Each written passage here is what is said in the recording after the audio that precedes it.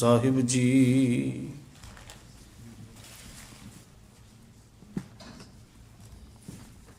ਧੰਨ ਵਾਹਿਗੁਰੂ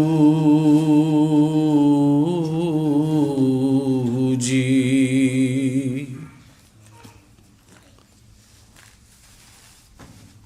ਗੁਰ ਕੇ ਚਰਨ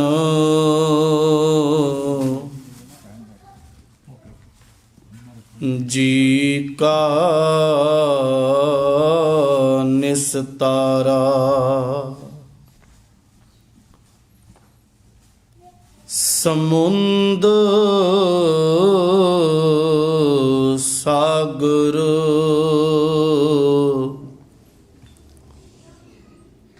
ਜਿਨ ਖਿਨ ਮੈਂ ਤਾਰਾ।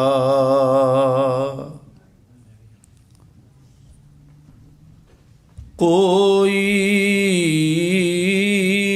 ਹੋਆ ਕਰਮ ਰਤ, ਕੋਈ ਤੀਰਥ ਨਾਇਆ।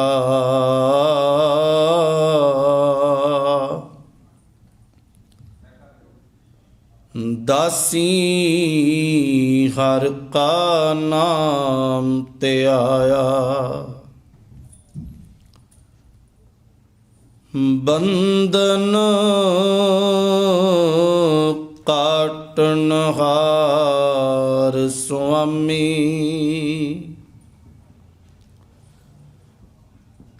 ਜਨ ਨਾਨਕ ਸਿਮਰੈ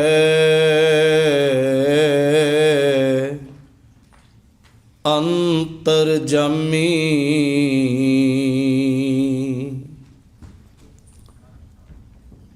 ਗੁਰ ਸਿੱਖੀ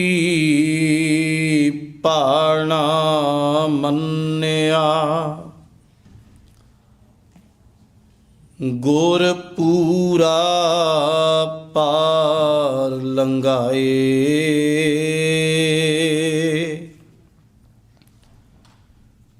ਗੁਰ ਸਿੱਖਾਂ ਕੀ ਹਰ ਧੂੜ ਦੇ। ਹਮ ਪਾਪੀ ਭੀ ਗਤ ਪਾਹੇ।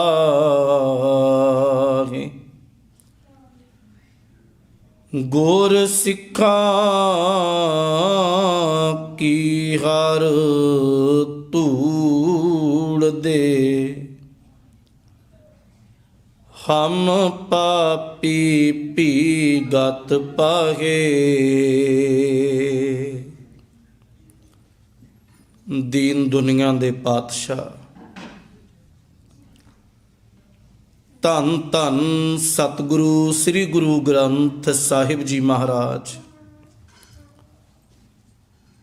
ਤਿਨਾਂ ਦੀ ਬਖਸ਼ਿਸ਼ਾਂ ਭਰੀ ਪਾਵਨ ਪਵਿੱਤਰ ਹਜ਼ੂਰੀ ਅੰਦਰ ਸੁਭਾਏਮਾਨ ਜੁੜ ਬੈਠੀ ਗੁਰੂ ਪਿਆਰੀ ਸਾਧ ਸੰਗਤ ਜੀਓ। ਸਤਿਗੁਰਾਂ ਦੀ ਰੱਬੀ ਰਹਿਮਤ ਦੇ ਮਹਾਨ ਪਾਤਰ ਹੋ। ਸ਼ਹੀਦਾਂ ਦੇ ਯਾਦਗਾਰੀ ਅਸਥਾਨ ਗੁਰਦੁਆਰਾ ਸ਼ਹੀਦਾਂ ਸਾਹਿਬ ਸੱਜੇ ਹੋਏ ਦਿਨ ਵੇਲੇ ਦੇ ਦੀਵਾਨਾਂ ਦੀਆਂ ਹਾਜ਼ਰੀਆਂ ਭਰਦਿਆਂ ਹੋਇਆਂ ਸਭਨਾਂ ਨੇ ਭਾਵਨਾ ਔਰ ਸ਼ਰਧਾ ਦੇ ਨਾਲ ਸਤਿਗੁਰਾਂ ਦੇ ਚਰਨਾਂ ਨੂੰ ਪਰਸਿਆ ਹੈ। ਸੱਜ ਰਹੇ ਦੀਵਾਨਾਂ ਦੇ ਵਿੱਚ ਅੰਮ੍ਰਿਤ ਵੇਲੇ ਤੋਂ ਪੰਜ ਬਾਣੀਆਂ ਦੇ ਨਿਤਨੇਮ, ਆਸਾ ਕੀ ਵਾਰ ਜੀ ਦੇ ਰਸ ਭਿੰਨੇ ਕੀਰਤਨ, ਸ਼੍ਰੀ ਅਖੰਡ ਪਾਠ ਸਾਹਿਬ ਜੀ ਦੇ ਭੋਗ ਉਪਰੰਤ ਸਤਿਕਾਰਯੋਗ ਗੁਰੂ ਕੇ ਕੀਰਤਨੀਏ ਭਾਈ ਸਾਹਿਬ ਭਾਈ ਨਿਰਮਲ ਸਿੰਘ ਜੀ ਲੁਧਿਆਣੇ ਵਾਲੇ, ਤਿਨਾਂ ਦੇ ਜਥੇ ਪਾਸੋਂ ਅੰਮ੍ਰਿਤ ਬਾਣੀ ਦਾ ਰਸ ਭਿੰਨਾ ਕੀਰਤਨ ਸਰਵਣ ਕੀਤਾ ਹੈ। ਮਿਹਰਬਾਨ ਹੋਣ ਪਾਤਸ਼ਾਹ, ਨਾਨਕ ਭਗਤਾਂ ਸਦਾ ਵੇਗਾਸ, ਸੁਣੈ ਦੁਖ ਪਾਪ ਕਾ ਨਾਸ। ਅੰਮ੍ਰਿਤ ਬਾਣੀ ਨੂੰ ਰੂਹਾਨੀਅਤ ਕਰਕੇ ਜਿੱਥੇ ਸੁਣਦੇ ਆ ਮੰਨਦੇ ਆ। ਮਹਾਰਾਜ ਮਿਹਰ ਕਰਨ, ਤਨ ਔਰ ਮਨ ਦੇ ਦੁੱਖਾਂ ਦਾ ਨਾਸ ਹੋਵੇ। ਆਓ ਗੁਰੂ ਸਵਾਰੇ ਖਾਲਸਾ ਜੀ। ਵੀਕ ਦੇ ਵਿੱਚ ਲੰਘੇ ਹੋਏ ਇਤਿਹਾਸਕ ਦਿਹਾੜਿਆਂ ਨੂੰ ਆਪਾਂ ਵਿਸ਼ੇਸ਼ ਤੌਰ ਤੇ ਐਤਵਾਰ ਦੇ ਦੀਵਾਨਾਂ ਦੇ ਵਿੱਚ ਮਨਾਉਂਦੇ ਹਾਂ। ਪਿਛਲੇ ਦਿਨੀ 16 ਅਕਤੂਬਰ ਨੂੰ ਸਤਿਕਾਰਯੋਗ ਬਾਬਾ ਬੰਦਾ ਸਿੰਘ ਜੀ ਬਹਾਦਰ, ਸਿੱਖ ਕੌਮ ਦੇ ਮਹਾਨ ਜਰਨੈਲ ਜਿਨ੍ਹਾਂ ਨੇ ਖਾਲਸੇ ਰਾਜ ਦੀ ਸਥਾਪਨਾ ਕੀਤੀ ਔਰ ਸਰਹੰਦ ਦੀ ਧਰਤੀ ਤੇ ਕੇਸਰੀ ਨਿਸ਼ਾਨ ਸਾਹਿਬ ਲਹਿਰਾਇਆ, ਉਹਨਾਂ ਦਾ ਪਵਿੱਤਰ ਜਨਮ ਦਿਹਾੜਾ ਲੰਘ ਕੇ ਗਿਆ ਹੈ। ਬਾਬਾ ਬੰਦਾ ਸਿੰਘ ਜੀ ਬਹਾਦਰ ਤਿੰਨਾਂ ਦੇ ਪਾਵਨ ਪਵਿੱਤਰ ਜੀਵਨ ਵਿਚਾਰਧਾਰਾ ਨਾਲ ਜੁੜੀਏ ਸਾਰੀ ਸੰਗਤ ਪਿਆਰ ਵਿੱਚ ਭਿੱਜ ਕੇ ਅਸੀਸ ਬਖਸ਼ੋ, ਦੋਨੋਂ ਹੱਥ ਜੋੜ ਲਵਾਓ ਹਾਜ਼ਰੀ। ਗੁਰੂ ਬਖਸ਼ੀ ਫਤਿਹ ਪ੍ਰਵਾਨ ਕਰੋ, ਆਖੋ ਜੀ ਵਾਹਿਗੁਰੂ ਜੀ ਕਾ ਖਾਲਸਾ, ਵਾਹਿਗੁਰੂ ਜੀ ਕੀ ਫਤਿਹ। ਧੰਨ ਸਤਿਗੁਰੂ ਗੁਰੂ ਗ੍ਰੰਥ ਸਾਹਿਬ ਜੀ ਦੀ ਬਾਣੀ ਅੰਦਰ ਜਿੱਥੇ ਭਗਤਾਂ ਨੂੰ, ਸੰਤ ਜਨਾਂ ਨੂੰ ਗੁਰੂ ਸਾਹਿਬ ਨੇ ਵਡਿਆਈ ਬਖਸ਼ੀ, ਉੱਥੇ ਮਹਾਰਾਜ ਨੇ ਗੁਰਸਿੱਖੀ ਜਾਂ ਗੁਰਮੁਖ ਜਾਂ ਗੁਰਸਿੱਖ ਦਾ ਮੁਕਾਮ ਬੜਾ ਉੱਚੇ ਦਰਜੇ ਦਾ, ਸ਼੍ਰੇਸ਼ਟ ਦਰਜਾ ਦੱਸਿਆ। ਦੋ ਕੁ ਉਦਾਹਰਨਾਂ ਕਹਿ ਕੇ, ਕਿਉਂਕਿ ਬਾਬਾ ਬੰਦਾ ਸਿੰਘ ਬਹਾਦਰ ਦੇ ਜੀਵਨ ਨੂੰ ਵੇਖਾਂਗੇ। ਗੁਰਮੁਖ ਕੈਸਾ ਹੈ ਔਰ ਆਪਣੇ ਗੁਰੂ ਦੇ ਚਰਨਾਂ ਤੇ ਕਿੰਨਾ ਕੁ ਭਰੋਸਾ ਕਰਕੇ ਤੁਰਿਆ। ਧੰਨ ਗੁਰੂ ਨਾਨਕ ਸਾਹਿਬ ਮਹਾਰਾਜ ਜਿਸ ਵੇਲੇ ਪ੍ਰਚਾਰਕ ਫੇਰੀਆਂ ਤੇ ਉਦਾਸੀਆਂ ਤੇ ਗਏ ਨਾ, ਜੋਗੀ ਸੁਮੇਰ ਪਰਬਤ ਦੀ ਧਰਤੀ ਤੇ ਬੈਠੇ ਔਰ ਜੋਗੀਆਂ ਦੇ ਨਾਲ ਗੁਰੂ ਨਾਨਕ ਸਾਹਿਬ ਦੀ ਵਿਚਾਰ ਹੋਈ। ਜਦੋਂ ਜੋਗੀ ਆਪਣਾ ਪ੍ਰਭਾਵ ਨਾ ਪਾ ਸਕੇ ਗੁਰੂ ਸਾਹਿਬ ਤੇ, ਮਹਾਰਾਜ ਦੇ ਪ੍ਰਭਾਵ ਨੂੰ ਕਬੂਲਿਆ ਔਰ ਉਹਨਾਂ 114 ਸਵਾਲ ਕੀਤੇ ਗੁਰੂ ਨਾਨਕ ਸਾਹਿਬ ਨੂੰ। ਸਿੱਧ ਗੋਸ਼ਟ ਦੀ ਬਾਣੀ ਉਹਨਾਂ ਸਵਾਲਾਂ ਦਾ ਸਵਾਲ ਜਵਾਬ ਕਹਿ ਲੋ ਉਹ ਰੂਪ ਆ। ਉਹਦੇ ਚ ਉਹਨਾਂ ਇੱਕ ਸਵਾਲ ਕੀਤਾ ਵੀ ਮਹਾਰਾਜ ਇੰਨੀਆਂ ਬਰਕਤਾਂ ਦੇ ਤੁਸੀਂ ਦਾਤੇ ਹੋ, ਪਰ ਇੱਕ ਸਵਾਲ ਸਾਡੇ ਮਨ ਚ ਵਾਰ-ਵਾਰ ਆ ਰਿਹਾ ਹੈ, ਕਿਸ ਕਾਰਨ ਗ੍ਰਹਿ ਤਜਿਓ ਉਦਾਸੀ,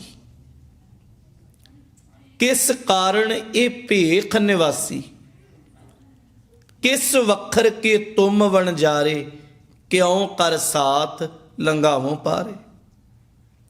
ਮਹਾਰਾਜ ਜਿਹਦੇ ਕੋਲ ਇੰਨੀ ਬਰਕਤ, ਇੰਨੀ ਬਖਸ਼ਿਸ਼ ਹੋਵੇ, ਉਹਨੂੰ ਲੋੜ ਹੀ ਨਹੀਂ ਨਨਕਾਣਾ ਸਾਹਿਬ ਛੱਡ ਕੇ ਆਉਣ ਦੀ, ਦੁਨੀਆ ਚੱਲ ਕੇ ਉਹਦੇ ਚਰਨਾਂ 'ਚ ਜਾਏ।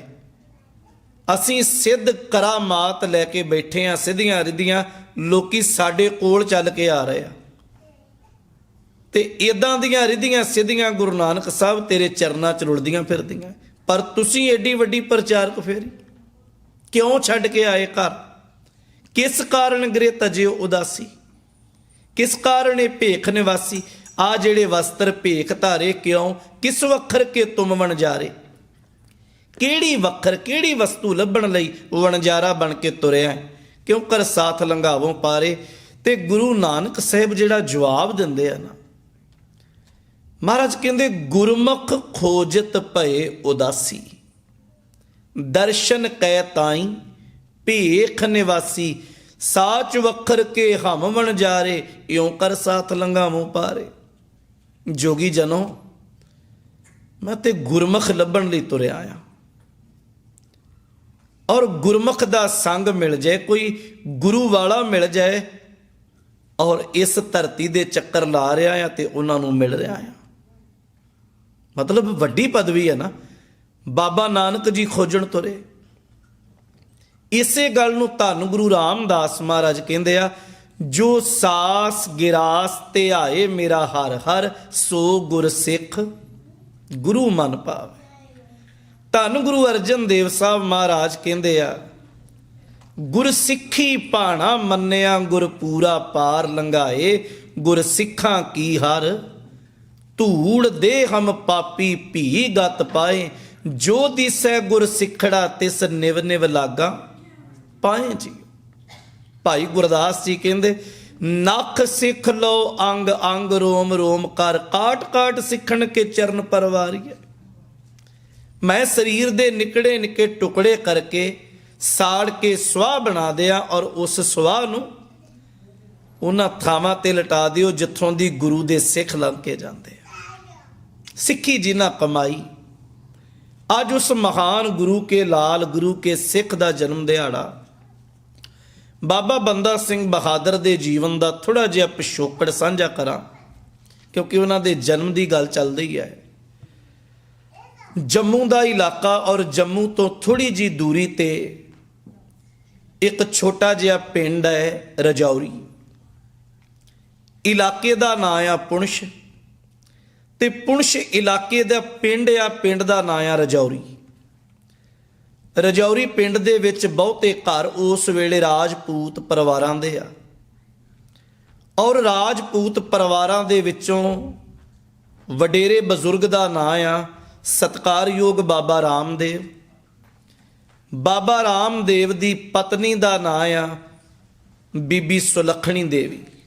ਬਹੁਤ ਘੱਟ ਇਤਿਹਾਸਕਾਰਾਂ ਇਸ ਗੱਲ ਦਾ ਜ਼ਿਕਰ ਕੀਤਾ ਹੈ, ਖਾਸ ਕਰਕੇ ਮਾਤਾ ਦਾ ਨਾਂ। ਔਰ ਸਿੱਖ ਮਲਟੀਮੀਡੀਆ ਦੇ ਵਿੱਚ ਇਹ ਗੱਲ ਲਿਖਤ ਮਿਲਦੀ ਹੈ ਕਿ ਉਹਨਾਂ ਦੀ ਮਾਤਾ ਦਾ ਨਾਂ ਬੀਬੀ ਸੁਲੱਖਣੀ ਦੇਵੀ ਹੈ। ਬਾਬਾ ਰਾਮਦੇਵ ਔਰ ਮਾਂ ਸੁਲੱਖਣੀ ਦੇ ਘਰ ਦੇ ਵਿੱਚ 16 ਅਕਤੂਬਰ 1670 ਈਸਵੀ ਨੂੰ ਬਾਬਾ ਬੰਦਾ ਸਿੰਘ ਬਹਾਦਰ ਦਾ ਜਨਮ ਹੁੰਦਾ ਹੈ। ਸੌਖਾ ਸਮਝ ਸਕਦੇ ਅਸੀਂ, ਧੰਨ ਸਤਿਗੁਰੂ ਗੁਰੂ ਕਲਗੀਧਰ ਮਹਾਰਾਜ ਤੋਂ 4 ਸਾਲ ਬਾਬਾ ਬੰਦਾ ਸਿੰਘ ਬਹਾਦਰ ਛੋਟੇ ਆ। 1670 ਦਾ ਜਨਮ ਹੋਇਆ ਤੇ ਮਾਪਿਆਂ ਨੇ ਬਚਪਨ ਦੇ ਵਿੱਚ ਨਾਂ ਰੱਖਿਆ ਲਛਮਣ ਦਾਸ। ਔਰ ਲਛਮਣ ਦਾਸ ਛੋਟੀ ਉਮਰ, ਰਾਜਪੂਤ ਪਰਿਵਾਰ, ਰਾਜਪੂਤਾਨਾ, ਸੰਸਾਰੀ ਵਿਦਿਆ ਜਾਂ ਕਹੀਏ ਮਾਪਿਆਂ ਦੀ ਗੋਦ ਵਿੱਚ ਖੇਡਦਿਆਂ ਬਚਪਨ ਬਤੀਤ ਹੁੰਦਾ ਹੈ। ਥੋੜੀ ਬਹੁਤੀ ਸੰਸਾਰੀ ਵਿਦਿਆ ਜਿਹੜੀ ਉਸ ਵੇਲੇ ਉਸਤਾਦ ਪਾਂਦੇ ਮੌਲਾਣੇ ਜੋ ਪੜਾਉਂਦੇ ਸਨ, ਸਿੱਖੀ ਪਰ ਖਾਸ ਕਰਕੇ ਰਾਜਪੂਤ ਹੋਣ ਕਰਕੇ ਰਾਜਪੂਤਾਂ ਦਾ, ਖੱਤਰੀਆਂ ਦਾ ਕਰਮ ਸੀ ਮੈਦਾਨੇ ਜੰਗ ਲੜਨਾ। ਔਰ ਬਾਪੂ ਰਾਮਦੇਵ ਨੇ ਆਪਣੇ ਪੁੱਤ ਲਛਮਣ ਦਾਸ ਨੂੰ ਛੋਟੀ ਉਮਰ ਤੋਂ ਹੀ ਸ਼ਸਤਰ ਦੇ ਨਾਲ ਜੋੜਿਆ। ਘੋੜ ਸਵਾਰੀ, ਨੇਜੇਬਾਜ਼ੀ, ਤਲਵਾਰਬਾਜ਼ੀ ਇਤਿਆਦਿਕ ਇਹ ਚੀਜ਼ਾਂ ਛੋਟੀ ਉਮਰ ਦੇ ਵਿੱਚ ਸਿਖਾਉਣੀਆਂ ਸ਼ੁਰੂ ਕਰ ਦਿੱਤੀਆਂ। ਔਰ ਛੋਟੀ ਉਮਰ ਦੇ ਵਿੱਚ ਹੀ ਬਾਬਾ ਬੰਦਾ ਸਿੰਘ ਬਹਾਦਰ ਨੂੰ ਸ਼ਿਕਾਰ ਤੇ ਨਾਲ ਲੈ ਕੇ ਜਾਣਾ ਇਹ ਬਾਪੂ ਦਾ ਅਕਸਰ ਕਰਮ ਆ। ਹੌਲੀ ਹੌਲੀ ਲਛਮਣ ਦਾਸ, ਬਾਬਾ ਬੰਦਾ ਸਿੰਘ ਵੱਡੇ ਹੋਏ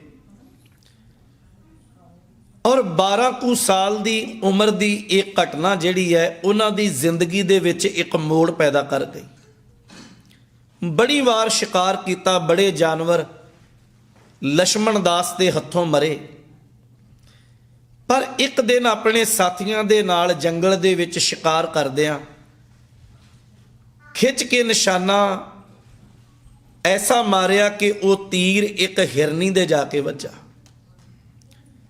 ਮਿਰਗਣੀ ਦੇ ਜਦੋਂ ਤੀਰ ਵੱਜਾ, ਕੁਝ ਪਲਾਂ ਲਈ ਉਹ ਤੜਫੀ। ਘੋੜਾ ਦੜਾਇਆ ਔਰ ਉਹਦੇ ਕੋਲ ਗਏ ਤੇ ਵੇਖਿਆ ਵੀ ਤੜਫ ਤੜਫ ਕੇ ਉਸ ਹਿਰਨੀ ਦੀ ਮੌਤ ਹੋਈ। ਆਪਣਾ ਉਹਨੇ ਖੰਜਰ ਕੱਢਿਆ, ਚਾਕੂ ਕੱਢਿਆ। ਹਿਰਨੀ ਦਾ ਜਦੋਂ ਪੇਟ ਚਾਕ ਕੀਤਾ ਨਾ, ਉਹਦੇ ਵਿੱਚੋਂ ਅਣਜਨਮੇ ਬੱਚੇ ਜਿਹੜੇ ਕੁਝ ਪਲ ਸਹਿਕਦਿਆਂ ਹੋਇਆਂ ਤੜਫ ਤੜਫ ਕੇ ਬਾਬਾ ਬੰਦਾ ਸਿੰਘ ਦੀਆਂ ਅੱਖਾਂ ਸਾਹਮਣੇ ਮਰ ਗਏ। ਮਾਂ ਦੀ ਮੌਤ ਹੋਈ, ਕੁਦਰਤੀ ਸੀ ਬੱਚਿਆਂ ਦਾ ਮਰ ਜਾਣਾ। ਪਰ ਉਹ ਹਿਰਨੀ ਦਾ ਤੜਫਣਾ, ਤੇ ਖਾਸ ਕਰਕੇ ਮਾਸੂਮ ਬੱਚੇ ਜਿਨ੍ਹਾਂ ਦਾ ਅਜੇ ਜਨਮ ਵੀ ਨਹੀਂ ਹੋਇਆ, ਜਦੋਂ ਉਹਨਾਂ ਨੂੰ ਤੜਫਦਿਆਂ ਮਰਦਿਆਂ ਵੇਖਿਆ, ਇਹ ਗੱਲ ਬਾਬਾ ਬੰਦਾ ਸਿੰਘ ਬਹਾਦਰ ਦੇ ਦਿਮਾਗ ਤੇ ਗਹਿਰਾ ਅਸਰ ਕਰ ਗਈ।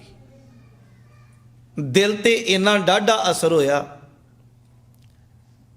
ਔਰ ਆਪਣੀ ਭੱਥੇ ਦੇ ਵਿੱਚ ਜਿਹੜੀਆਂ ਕਾਨੀਆਂ, ਜਿਹੜੇ ਤੀਰ ਸਨ, ਉਹ ਤੋੜ ਕੇ ਉੱਥੇ ਸੁੱਟ ਦਿੱਤੇ।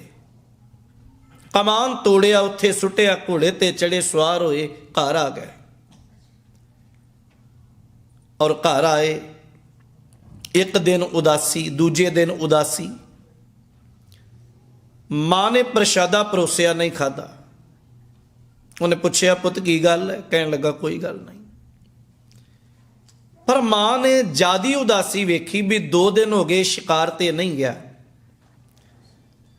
ਬਾਪੂ ਰਾਮਦੇਵ ਨੂੰ ਗੱਲ ਦੱਸੀ ਵੀ ਮੈਨੂੰ ਲੱਗਦਾ ਪੁੱਤਰ ਠੀਕ ਨਹੀਂ ਹੈ, ਇਹਦੇ ਨਾਲ ਕੋਈ ਡਾਢਾ ਵਰਤਾਰਾ ਵਰਤਿਆ ਲੱਗਦਾ ਹੈ।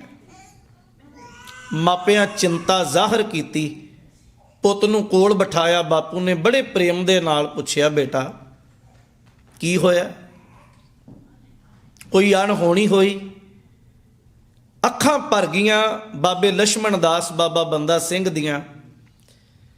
ਕਹਿਣ ਲੱਗਾ, ਬੜਾ ਵੱਡਾ ਪਾਪ ਹੋਇਆ, ਗੁਨਾਹ ਹੋ ਗਿਆ, ਔਰ ਐਸਾ ਗੁਨਾਹ, ਐਸਾ ਪਾਪ ਸ਼ਾਇਦ ਜਿਹੜਾ ਬਖਸ਼ਿਆ ਵੀ ਨਾ ਜਾ ਸਕੇ। ਬਾਬੇ ਰਾਮਦੇਵ ਪੁੱਛਿਆ, ਐਸਾ ਗੁਨਾਹ ਕੀ ਹੋਇਆ? ਕਹਿਣ ਲੱਗੇ, ਪਰਸੋਂ ਸ਼ਿਕਾਰ ਖੇਡਣ ਗਿਆ, ਇੰਜ ਮੇਰੇ ਕੋਲੋਂ ਇੱਕ ਹਿਰਨੀ ਮਰ ਗਈ। ਪੇਟ ਉਹਦਾ ਚਾਕ ਕੀਤਾ, ਪੇਟ ਨੂੰ ਪਾੜਿਆ, ਉਹਦੇ ਵਿੱਚੋਂ ਅਣਜਨਮੇ ਬੱਚੇ ਤੜਫ ਤੜਫ ਕੇ ਮਰ ਗਏ। ਉਹ ਸੀਨ, ਉਹ ਖਿਆਲ ਮੇਰੇ ਸਾਹਮਣੇ ਨਹੀਂ ਜਾ ਰਿਹਾ, ਔਰ ਹੋ ਸਕਦਾ ਮੈਂ ਕਦੀ ਤਲਵਾਰ ਨਾ ਚੁੱਕਾਂ। ਰਾਮਦੇਵ ਬਾਪੂ ਨੇ ਪੁੱਤ ਦਾ ਸੀਨਾ ਥਾਪੜਿਆ, ਹਿੱਕ ਥਾਪੜੀ। ਕਹਿਣ ਲੱਗੇ, ਪੁੱਤ ਆਪਾਂ ਰਾਜਪੂਤ ਆ, ਮੈਦਾਨੇ ਜੰਗ ਲੜਨਾ ਸਾਡਾ ਨਿੱਤ ਦਾ ਕਰਮ ਆ। ਪੁੱਤ ਤੂੰ ਮੇਰਾ ਸਰੀਰ ਨਿੱਕਾ ਹੁੰਦਾ ਵੇਖਦਾ ਆਇਆ, ਮੇਰੇ ਸਰੀਰ ਤੇ ਕਿੰਨੇ ਜ਼ਖਮ ਆ। ਮੈਦਾਨੇ ਜੰਗ ਲੜਨਾ ਸੂਰਮਿਆਂ ਦਾ ਕੰਮ ਹੁੰਦਾ ਹੈ, ਹਰ ਬੰਦਾ ਥੋੜੋ ਮੈਦਾਨੇ ਜੰਗ ਲੜਦਾ। ਔਰ ਰਹੀ ਗੱਲ ਸ਼ਿਕਾਰ ਦੀ, ਸ਼ਿਕਾਰ ਕਰਦਿਆਂ ਕੋਈ ਨਾ ਕੋਈ ਜੀਵ ਜੰਤੂ ਜਾਨਵਰ ਹੱਥੋਂ ਮਰਦਾ ਹੀ ਮਰਦਾ। ਤੇ ਰਹੀ ਗੱਲ ਉਸ ਮਿਰਗਣੀ ਦੀ, ਹਿਰਨੀ ਦੀ, ਉਹ ਤੇਰੇ ਹੱਥੋਂ ਨਾ ਮਰਦੀ, ਕਿਸੇ ਹੋਰ ਦੇ ਹੱਥੋਂ ਮਰ ਜਾਂਦੀ। ਇਹ ਕਿੱਡੀ ਕੁ ਗੱਲ ਆ। ਬਾਪ ਨੇ ਬਹੁਤ ਸਮਝਾਇਆ, ਪਰ ਮਾਂ ਬਾਪ ਦੀਆਂ ਉਦਾਹਰਨਾਂ ਬਾਬਾ ਬੰਦਾ ਸਿੰਘ ਨੂੰ ਕੁਝ ਪਲ ਲਈ ਸਕੂਨ ਤੇ ਦੇ ਸਕੀਆਂ। ਪਰ ਜਦੋਂ ਉਹ ਕੱਲਾ ਵਿਚਰਦਾ, ਘਰੇ ਆਉਂਦਾ, ਸੌਂਦਾ, ਉਹਦੇ ਅੰਦਰੋਂ ਉਹ ਖਿਆਲ, ਉਹ ਸੀਨ ਨਾ ਗਿਆ। 6 ਮਹੀਨੇ ਬੀਤ ਗਏ, ਬਹੁਤ ਜ਼ਿਆਦੀ ਡਾਢੀ ਉਦਾਸੀ ਦੇ ਵਿੱਚ। ਸਰੀਰ ਕਮਜ਼ੋਰ ਹੋਇਆ, ਖਾਣਾ ਪੀਣਾ ਛੱਡਿਆ, ਮਨ ਚਿੱਤ ਇੱਕੋ ਹੀ ਗੱਲ ਵੱਲ ਸੀ ਵੀ ਪਾਪ ਆ, ਗੁਨਾਹ ਆ, ਕਿਵੇਂ ਬਖਸ਼ਿਆ ਜਾਏਗਾ। ਉਨੀ ਦਿਨੀ ਜੰਮੂ ਇਲਾਕੇ ਦੇ ਵਿੱਚ ਹਰ ਸਾਲ ਵੈਰਾਗੀ ਸਾਧੂਆਂ ਦਾ ਇੱਕ ਵੱਡਾ ਟੋਲਾ, ਇੱਕ ਕਾਫਲਾ ਰਜੌਰੀ ਇਲਾਕੇ ਦੇ ਵਿੱਚ ਉਸ ਵੇਲੇ ਮੇਲਾ ਲਾਉਂਦਾ ਸੀ। 40 ਦਿਨ ਉਹਨਾਂ ਧੂਣਾ ਲਾਉਣਾ, ਔਰ ਧੂਣੇ ਦੇ ਆਸੇ-ਪਾਸੇ ਬੈਠ ਆਪਣੇ ਧਰਮ ਅਨੁਸਾਰ ਕੋਈ ਬੰਦਗੀ ਕਰਨੀ, ਲੋਕਾਂ ਪੁੱਛਾਂ ਪੁੱਛਣੀਆਂ, ਰਿਧੀਆਂ ਸਿੱਧੀਆਂ ਰਾਹੀਂ ਲੋਕਾਂ ਦੇ ਸਮਾਧਾਨ ਕਰਨੇ, ਇਲਾਜ ਕਰਨੇ। ਤੇ ਰੋਜ਼ ਉਹਨਾਂ ਵਿੱਚੋਂ ਸ਼ਾਮ ਨੂੰ ਇੱਕ ਮੁਖੀ ਸਾਧੂ ਜਿਹੜਾ ਟੋਲੇ ਦਾ, ਉਹਦਾ ਨਾਂ ਇਤਿਹਾਸ ਨੇ ਲਿਖਿਆ ਜਾਨਕੀ ਦਾਸ। ਜਾਨਕੀ ਦਾਸ ਜਿਹੜਾ ਸਾਧੂ ਹੈ, ਉਹ ਬਹਿ ਕੇ ਪ੍ਰਵਚਨ ਕਰਦਾ, ਧਰਮ ਦੀਆਂ ਗੱਲਾਂ ਕਰਦਾ, ਔਰ ਉਹਨਾਂ ਗੱਲਾਂ ਦਾ ਲੋਕੀ ਅਸਰ ਕਬੂਲਦੇ। ਲਛਮਣ ਦਾਸ, ਬਾਬਾ ਬੰਦਾ ਸਿੰਘ ਉਸ ਸੰਗਤ ਵਿੱਚ ਬੈਠਾ, ਉਹਨੇ ਜਾਨਕੀ ਦਾਸ ਦੇ ਬੋਲਾਂ ਨੂੰ ਸੁਣਿਆ, ਔਰ ਜਾਨਕੀ ਦਾਸ ਦੇ ਬੋਲ ਉਹਦੇ ਅੰਦਰ ਹੋਏ ਜ਼ਖਮਾਂ ਦੇ ਉੱਤੇ ਮਰਮ ਦੀ ਤਰ੍ਹਾਂ ਕੰਮ ਕੀਤੇ, ਦਵਾ ਦੀ ਤਰ੍ਹਾਂ ਕੰਮ ਕੀਤੇ। ਉਹਨੇ ਆਪਣੀ ਵਿਥਿਆ ਦੱਸੀ। ਇੱਕ ਦਿਨ ਜਾਨਕੀ ਦਾਸ ਨੂੰ ਕਹਿਣ ਲੱਗੇ, ਬਈ ਮੇਰੇ ਕੋਲੋਂ ਗੁਨਾਹ ਹੋ ਗਿਆ, ਭੁੱਲ ਹੋਈ ਹੈ, ਇਹ ਕਿੱਦਾਂ ਬਖਸ਼ੀ ਜਾ ਸਕਦੀ ਹੈ। ਜਾਨਕੀ ਦਾਸ ਨੇ ਸਾਰੀ ਵਾਰਤਾ ਸੁਣ ਕੇ ਆਖਿਆ ਵੀ ਗੁਨਾਹ ਤੇ ਤੇਰੇ ਕੋਲੋਂ ਹੋਇਆ ਹੈ, ਬਖਸ਼ਿਆ ਜਾਏਗਾ ਪਰ ਇੰਜ ਨਹੀਂ। ਸਾਡੇ ਨਾਲ ਕੁਝ ਸਮਾਂ ਰਹਿਣਾ ਪੈਣਾ, ਧੂਣੇ ਤਪਾਵਾਂਗੇ, ਕੁਝ ਸਮਾਂ ਤਪੱਸਿਆ ਦੇ ਵਿੱਚ ਬੈਠੀ, ਤੇਰੇ ਮਨ ਉੱਤੇ ਚੜੀ ਹੋਈ ਜਿਹੜੀ ਉਹ ਪਾਪ ਦੀ ਗੁਨਾਹ ਦੀ ਮੈਲ ਹੈ ਉਹ ਲੈ ਜਾਏਗੀ। ਬਾਬਾ ਬੰਦਾ ਸਿੰਘ ਬਹਾਦਰ, ਪਹਿਲਾ ਨਾਂ ਲਛਮਣ ਦਾਸ, ਜਾਨਕੀ ਦਾਸ ਦੇ ਡੇਰੇ ਦੇ ਵਿੱਚ ਆ ਗਿਆ ਔਰ ਜਾਨਕੀ ਦਾਸ ਨੇ ਜਾਣ ਬੁੱਝ ਕੇ ਨਾਂ ਬਦਲ ਕੇ ਲਛਮਣ ਦਾਸ ਤੋਂ ਨਾਂ ਰੱਖ ਦਿੱਤਾ ਮਾਧੋ ਦਾਸ। ਇੱਕ ਕਾਰਨ ਇਹ ਸੀ ਵੀ ਇਦਾਂ ਦੇ ਸਾਧੂਆਂ ਨੂੰ ਚੇਲਿਆਂ ਦੀ ਲੋੜ ਸੀ। ਦੂਜਾ, ਉਹ ਅੰਦਰੋਂ ਇੰਨਾ ਦੁਖੀ ਸੀ। ਇੱਕ ਗੱਲ ਉਹਦੇ ਇਹ ਕੰਮ ਆ ਗਈ ਵੀ ਇਹ ਦੁੱਖ ਦਾ ਮਾਰਿਆ ਸਾਡੇ ਨਾਲ ਤੁਰੇਗਾ, ਪੱਕਾ ਚੇਲਾ ਬਣ ਜਾਏਗਾ। ਤੇ ਤੀਜਾ ਇਹ ਹੈ, ਨਾ ਇਸ ਕਰਕੇ ਬਦਲਿਆ ਕੱਲ ਨੂੰ ਇਹਦੇ ਮਾਪੇ ਲੱਭਣ ਆਉਣ, ਉਹ ਇੰਨੇ ਚੇਲਿਆਂ ਚੋਂ ਪਛਾਣਨ ਵੀ ਤੇ ਲੋਕਾਂ ਨੂੰ ਪੁੱਛਣ ਵੀ ਅਸੀਂ ਲਛਮਣ ਦਾਸ ਸਾਡਾ ਪੁੱਤ ਆ, ਇੱਥੇ ਪਤਾ ਹੀ ਕਿਸੇ ਨੂੰ ਨਾ ਹੋਵੇ ਵੀ ਇਹਦਾ ਨਾਂ ਲਛਮਣ ਦਾਸ ਆ। ਮਾਧੋ ਦਾਸ ਨਾਂ ਬਦਲ ਕੇ ਜਾਨਕੀ ਦਾਸ ਨੇ ਆਪਣੇ ਨਾਲ ਤੋਰ ਲਿਆ। 1 ਸਾਲ ਬਾਬਾ ਬੰਦਾ ਸਿੰਘ ਨੇ ਜਾਨਕੀ ਦਾਸ ਦੀ 1 ਸਾਲ ਸੰਗਤ ਕੀਤੀ, ਬੜੀਆਂ ਤੀਰਥਾਂ ਦੇ ਉੱਤੇ ਭ੍ਰਮਣ ਕੀਤਾ, ਬੜੇ ਧੂਣੇ ਤਪਾਏ, ਬੜੀਆਂ ਤਪੱਸਿਆ ਸਾਧੀਆਂ, ਪਰ ਉਹ ਜਿਹੜਾ ਅੰਦਰ ਵਾਲਾ ਰੋਗ ਆ, ਅੰਦਰ ਦਾ ਦੁੱਖ ਆ, ਉਹਨੂੰ ਜਾਨਕੀ ਦਾਸ ਮਿਟਾ ਨਾ ਸਕਿਆ। ਲਾਹੌਰ ਦੇ ਨੇੜੇ ਇੱਕ ਛੋਟਾ ਜਿਹਾ ਪਿੰਡ ਹੈ ਕਪੂਰੀ। ਅੱਜ ਕਪੂਰੀ ਪਿੰਡ ਥੇ ਬਣ ਗਿਆ, ਵੱਖਰੇ ਥਾਂ ਤੇ ਵਸ ਗਿਆ ਜਾ ਕੇ, ਪਰ ਜਿਹੜਾ ਉੱਥੇ ਟਿੱਲਾ ਆ ਸਾਧੂਆਂ ਦਾ, ਬਾਬੇ ਰਾਮ ਥੰਮਣ ਦਾ ਸਥਾਨ ਆ। ਔਰ ਇਤਿਹਾਸ ਵਿੱਚ ਇਹ ਮਨੌਤ ਆ ਵੀ ਬਾਬਾ ਰਾਮ ਥੰਮਣ ਜੀ ਧੰਨ ਗੁਰੂ ਨਾਨਕ ਸਾਹਿਬ ਦੀ ਮਾਸੀ ਮਾਂ ਲੱਖੋ ਦੇ ਪੋਤੇ ਆ। ਪੱਕੀ ਸ਼ੌਟੀ ਨਹੀਂ ਮੈਂ ਅਰਜ਼ ਕਰਦਿਆਂ, ਪਰ ਅਕਸਰ ਸੁਣਾਇਆ ਜਾਂਦਾ ਵੀ ਬਾਬਾ ਰਾਮ ਥੰਮਣ ਬੜੇ ਅਵਧੂਤ ਸਾਧੂ ਹੋਏ। ਗੁਰਦਾਸਪੁਰ ਇਲਾਕੇ ਦੇ ਵਿੱਚ ਅੱਜ ਵੀ ਉਹਨਾਂ ਦੇ ਬੜੇ ਅਸਥਾਨ ਗੁਰਦੁਆਰਾ ਸਾਹਿਬ ਆ। ਬਾਬੇ ਰਾਮ ਥੰਮਣ ਦਾ ਅਸਥਾਨ ਹੈ ਪਿੰਡ ਕਪੂਰੀ। ਭਟਕਦਿਆਂ ਭਟਕਦਿਆਂ ਜਾਨਕੀ ਦਾਸ ਆਪਣੇ ਸਮੂਹ ਚੇਲਿਆਂ ਨੂੰ ਲੈ ਕੇ ਸਾਲਾਨਾ ਮੇਲਾ ਜਿਹੜਾ ਕਪੂਰੀ ਪਿੰਡ ਲੱਗਦਾ ਬਾਬੇ ਰਾਮ ਥੰਮਣ ਦੇ ਅਸਥਾਨ ਤੇ ਉੱਥੇ ਪਹੁੰਚਿਆ। ਔਰ ਉੱਥੇ ਵੱਖੋ ਵੱਖਰੇ ਸਾਧੂ ਆਪੋ ਆਪਣੀਆਂ ਦੁਕਾਨਾਂ ਕਹਿ ਲੋ ਲਾ ਕੇ ਬੈਠੇ, ਡੇਰੇ ਬਣਾਏ, ਆਪੋ ਆਪਣੇ ਤਰੀਕੇ ਨਾਲ ਲੋਕਾਂ ਨੂੰ ਗੁੰਮਰਾਹ ਕਰ ਰਹੇ ਆ, ਕੁਝ ਦੱਸ ਰਹੇ ਆ। ਉਹਨਾਂ ਵਿੱਚ ਸਿਰਮੌਰ ਜਿਹੜਾ ਸਾਧੂ ਹੈ ਉਹਦਾ ਨਾਂ ਹੈ ਰਾਮ ਜੀ ਦਾਸ, ਜਿਹੜਾ ਉਸ ਵੇਲੇ ਉਸ ਅਸਥਾਨ ਦਾ ਸੰਚਾਲਕ ਹੈ, ਅਸਥਾਨ ਨੂੰ ਚਲਾਉਣ ਵਾਲਾ ਹੈ। ਉਹਦੇ ਬੋਲ ਸੁਣੇ ਤੇ ਬਾਬਾ ਬੰਦਾ ਸਿੰਘ ਬਹਾਦਰ ਮਾਧੋ ਦਾਸ ਦੇ ਰੂਪ ਵਿੱਚ ਉਹਦੇ ਬੋਲਾਂ ਤੋਂ ਪ੍ਰਭਾਵਿਤ ਹੋਇਆ। ਉਹਦੇ ਬੋਲਾਂ ਨੇ ਅੰਦਰ ਦੇ ਦੁੱਖ ਨੂੰ ਮਿਟਾਉਣ ਦੀ ਇੱਕ ਜਗਿਆਸਾ ਜਗੀ। ਇਹਨੇ ਹੱਥ ਜੋੜੇ ਜਾਨਕੀ ਦਾਸ ਨੂੰ ਆਖਿਆ ਵੀ ਮੈਂ ਸਾਲ ਤੁਹਾਡੀ ਸੰਗਤ ਕੀਤੀ ਹੈ, ਬਹੁਤ ਕੁਝ ਸਿੱਖਿਆ, ਬੜਾ ਕੁਝ ਮਾਣਿਆ, ਪਰ ਅੱਜ ਤੋਂ ਬਾਅਦ ਮੈਂ ਤੁਹਾਡੇ ਨਾਲ ਨਹੀਂ ਚੱਲ ਸਕਦਾ। ਮੈਂ ਆਪਣਾ ਦੂਜਾ ਗੁਰੂ ਧਾਰਨ ਕੀਤਾ। ਇਹਨੇ ਜਾਨਕੀ ਦਾਸ ਨੂੰ ਛੱਡ ਕੇ ਰਾਮ ਜੀ ਦਾਸ ਨੂੰ ਧਾਰਨ ਕਰ ਲਿਆ। ਸਾਲ ਉਹਦੀ ਸੰਗਤ ਕੀਤੀ। 1 ਸਾਲ ਬਾਅਦ ਹਰਦੁਆਰ ਦੇ ਨੇੜੇ ਇੱਕ ਛੋਟਾ ਜਿਹਾ ਇਲਾਕਾ ਹੈ ਕਨਖਲ। ਕਨਖਲ ਦੇ ਮੇਲੇ ਦੇ ਵਿੱਚ ਇੱਕ ਤਪਸਵੀ ਜੋਗੀ ਮਿਲਿਆ ਤੇ ਜੋਗੀ ਦਾ ਨਾਂ ਹੈ ਔਗੜਨਾਥ। ਔਰ ਜੋਗ ਮਤ ਦੇ ਵਿੱਚ ਬਹੁਤ ਰਿੱਧੀਆਂ ਸਿੱਧੀਆਂ, ਬਹੁਤ ਕੁਝ ਵਿਚਾਰ ਆਉਂਦੀ ਹੈ। ਜਿਵੇਂ ਗੁਰੂ ਨਾਨਕ ਸਾਹਿਬ ਸਤਿਗੁਰੂ ਨੂੰ ਰਿੱਧੀਆਂ ਸਿੱਧੀਆਂ ਰਾਹੀਂ ਜੋਗੀਆਂ ਬੜਾ ਭਰਮਾਉਣ ਦਾ ਯਤਨ ਕੀਤਾ। ਭਾਈ ਗੁਰਦਾਸ ਜੀ ਦੀ ਪੌੜੀ ਹੈ ਕਿ ਸਤਿਗੁਰ ਅਗਮ ਅਗਾਧ ਪੁਰਖ ਕਿਹੜਾ ਚੱਲੇ ਗੁਰੂ ਦੀ ਚਾਲਾ, ਸ਼ਬਦ ਜਿੱਤੀ ਸਿੱਧ ਮੰਡਲੀ ਕੀ ਤੋਸ ਆਪਣਾ ਪੰਥ ਨਿਰਾਲਾ। ਜਿਹੜਾ ਜੋਗੀ ਔਗੜਨਾਥ ਹੈ ਇਹਦੇ ਕੋਲ ਰਿੱਧੀਆਂ ਸਿੱਧੀਆਂ ਸੀ। ਮੁੱਕਦੀ ਗੱਲ, ਬਾਬਾ ਬੰਦਾ ਸਿੰਘ ਬਹਾਦਰ ਨੇ ਪਹਿਲਾ ਗੁਰੂ ਜਾਨਕੀ ਦਾਸ ਬਣਾਇਆ, ਉਹਨੂੰ ਛੱਡ ਰਾਮ ਜੀ ਦਾਸ ਤੇ ਲੜ ਲੱਗਾ। ਰਾਮ ਜੀ ਦਾਸ ਨੂੰ ਛੱਡ ਕੇ ਹੁਣ ਉਹ ਪੱਕੇ ਤੌਰ ਤੇ ਔਗੜਨਾਥ ਜੋਗੀ ਦੇ ਲੜ ਲੱਗ ਗਿਆ। ਤੇ ਜੋਗੀ ਦਾ ਉਸ ਵੇਲੇ ਵੱਡਾ ਡੇਰਾ, ਜਿੱਥੇ ਅੱਜ ਕੱਲ ਨਾਂਦੇੜ ਦੀ ਧਰਤੀ ਸ਼੍ਰੀ ਅਬਚਲ ਨਗਰ ਹਜ਼ੂਰ ਸਾਹਿਬ ਹੈ, ਉਹਦੇ ਤੋਂ ਥੋੜੀ ਜੀ ਦੂਰੀ ਗੋਦਾਵਰੀ ਨਦੀ ਦੇ ਕੰਢੇ ਤੇ ਬਣਿਆ ਹੋਇਆ ਜੋਗੀ ਔਗੜਨਾਥ ਦਾ ਡੇਰਾ ਬੜਾ ਪ੍ਰਸਿੱਧ ਰਿਹਾ। ਬਾਬਾ ਬੰਦਾ ਸਿੰਘ ਨੇ ਮਾਧੋ ਦਾਸ ਦੇ ਰੂਪ ਵਿੱਚ ਔਗੜਨਾਥ ਦੀ ਸੰਗਤ ਕੀਤੀ, ਬੜਾ ਕੁਝ ਸਿੱਖਿਆ। ਪਰ ਥੋੜੇ ਸਮੇਂ ਬਾਅਦ ਹੀ ਜੋਗੀ ਔਗੜਨਾਥ ਦੀ ਮੌਤ ਹੋ ਗਈ। ਔਗੜਨਾਥ ਦੀ ਮੌਤ ਹੋਣ ਤੋਂ ਬਾਅਦ ਮਾਧੋ ਦਾਸ ਨੂੰ ਇੱਕ ਤੇ ਬਹੁਤ ਬਣੇ ਬਣਾਏ ਚੇਲੇ ਮਿਲ ਗਏ, ਦੂਜਾ ਡੇਰਾ ਮਿਲ ਗਿਆ, ਤੇ ਤੀਜਾ ਜੋਗੀ ਔਗੜਨਾਥ ਦੀ ਰਿੱਧੀਆਂ ਸਿੱਧੀਆਂ ਵਾਲੀ ਇੱਕ ਕਿਤਾਬ ਮਿਲ ਗਈ, ਜਿਹਦੇ ਤੋਂ ਇਹਨੇ ਮੰਤਰਾਂ ਰਾਹੀਂ ਰਿੱਧੀਆਂ ਸਿੱਧੀਆਂ ਸਿੱਖੀਆਂ ਔਰ ਲੋਕਾਂ ਦੇ ਵਿੱਚ ਇਹਦਾ ਪ੍ਰਭਾਵ ਬਣਿਆ। ਕਹਿ ਲੋ ਇਹ ਔਗੜਨਾਥ ਦੀ ਥਾਂ ਤੇ ਆਪਣੇ ਆਪ 'ਚ ਇੱਕ ਮਹੰਤ, ਇੱਕ ਸਾਧੂ ਬਣ ਕੇ ਬਹਿ ਗਿਆ। ਇੱਕ ਇਤਿਹਾਸ ਦਾ ਇੱਕ ਪੱਖ ਇਹ ਹੈ। ਹੁਣ ਦੂਸਰਾ ਪੱਖ ਆਰੰਭ ਹੋਏਗਾ। ਬਾਜਾਂ ਵਾਲੇ ਪ੍ਰੀਤਮ ਧੰਨ ਸਤਿਗੁਰੂ ਗੁਰੂ ਗੋਬਿੰਦ ਸਿੰਘ ਮਹਾਰਾਜ, ਚਮਕੌਰ ਦੀ ਧਰਤੀ, ਜਿੱਥੇ ਬਾਜਾਂ ਵਾਲੇ ਮਾਲਕ ਦੇ ਵੱਡੇ ਪੁੱਤਰਾਂ ਦੀ ਕੁਰਬਾਨੀ ਹੋਈ,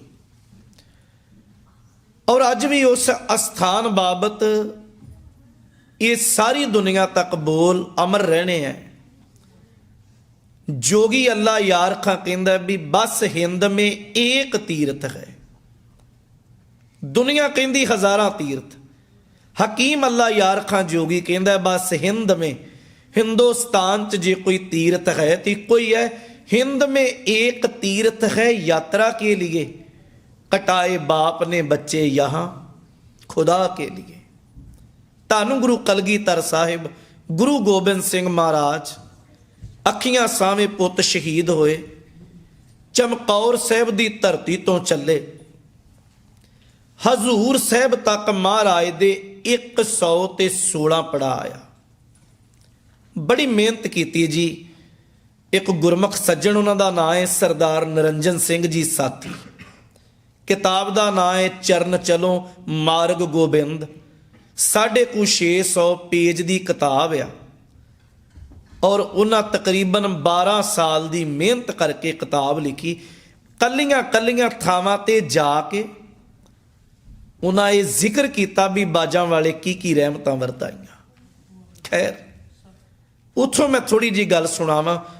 महाराज चलदियां इलाकियां चों हुंदियां हुंदियां राजस्थान दे इलाके विच आ बहादुर शाह औरंगजेब दा छोटा पुत कुछ समा महाराज दे नाल रल के तुरिया और उन्हें दस्सिया भी महाराज दिल्ली दरबार दा तख्त मेरे कोलों खुस गया, मेरे कोलों गवाच गया। गुरु गोबिंद सिंह महाराज कहते असीं तेरी मदद ते हाँ, जदों चाहे जदों कहे तेनू राज लैके देंगे। ये गल दी खबर वजीर खान सूबा ए सरहंद नूं, सरहंद की धरती ते मिली और उन्हें बहुत ज़्यादा वड्डे रूप दे विच सोना पैसा बहुत कुछ उन्हें भेजिया।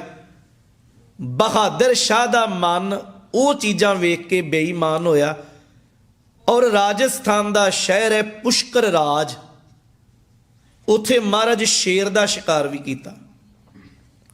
इथों बहादुर शाह महाराज दे नालों वखरा हो गया। बाद चों नंदेड़ जाके मिलदा वखरी गल है। पुष्कर राज महाराज शेर दा शिकार किया, कुछ दिन रहे ते थोड़ी जी दूरी ते एक बड़े वड्डे साधु दा डेरा है। उस इलाके विच जाओ जिवें आपां पंजाब दे विच वक्खो वखरियां बिरादरियां, इवें पेंजियां दी भी एक बरादरी आ, जिहड़े रूं पिंजण वाले पेंजे आ। राजस्थान च पुष्कर राज दे इलाके च बहुत पेंजियां दे परिवार आ। पेंजियां दे परिवारां विचों एक पैदा होया अवधूत साधु जिहदा नाम सी दादू। दादू मूल रूप दे विच मुसलमान नहीं है और दादू नूं लोकी पीर करके गुरु करके जानते। बड़ा वड्डा डेरा सी और दादू दे स्थान ते जाके महाराज एक खालसे दी परख कीती, जिहड़ी असीं कहने आ भी महाराज तीर दी नोक दे नाल दादू दी दरगाह नूं सिजदा कीता। ਸਿੱਖਾਂ ਆਖਿਆ ਵੀ ਮਹਾਰਾਜ ਇਹ ਕਿਵੇਂ ਹੋ ਸਕਦਾ ਹੈ? ਚਲੋ ਇੱਕ ਵੱਖਰਾ ਇਤਿਹਾਸ ਦਾ ਪੱਖ ਆ, ਮੈਂ ਸਿਰਫ ਬਾਬਾ ਬੰਦਾ ਸਿੰਘ ਨਾਲ ਜੁੜੀਆਂ ਗੱਲਾਂ ਹੀ ਕਹਿਣੀਆਂ।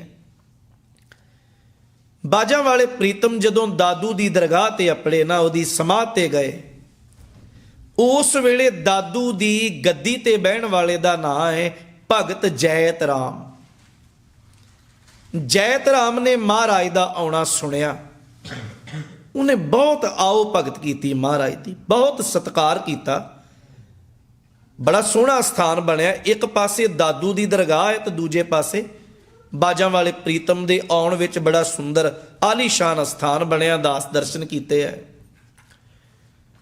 ਜਦੋਂ ਮਹਾਰਾਜ ਉੱਥੇ ਬੈਠੇ ਨਾ ਤੇ ਜੈਤ ਰਾਮ ਨੇ ਮਹਾਰਾਜ ਦੇ ਚਰਨ ਧੁਆਏ, ਹੱਥ ਮੂੰਹ ਧੁਆਇਆ। ਉਹਨੇ ਬੜਾ ਸੋਹਣਾ ਸਿੰਘਾਸਣ ਆਪਣੇ ਤੋਂ ਉੱਚਾ ਲਾ ਕੇ ਪ੍ਰੀਤਮ ਸਤਿਗੁਰਾਂ ਨੂੰ ਬਿਠਾਇਆ।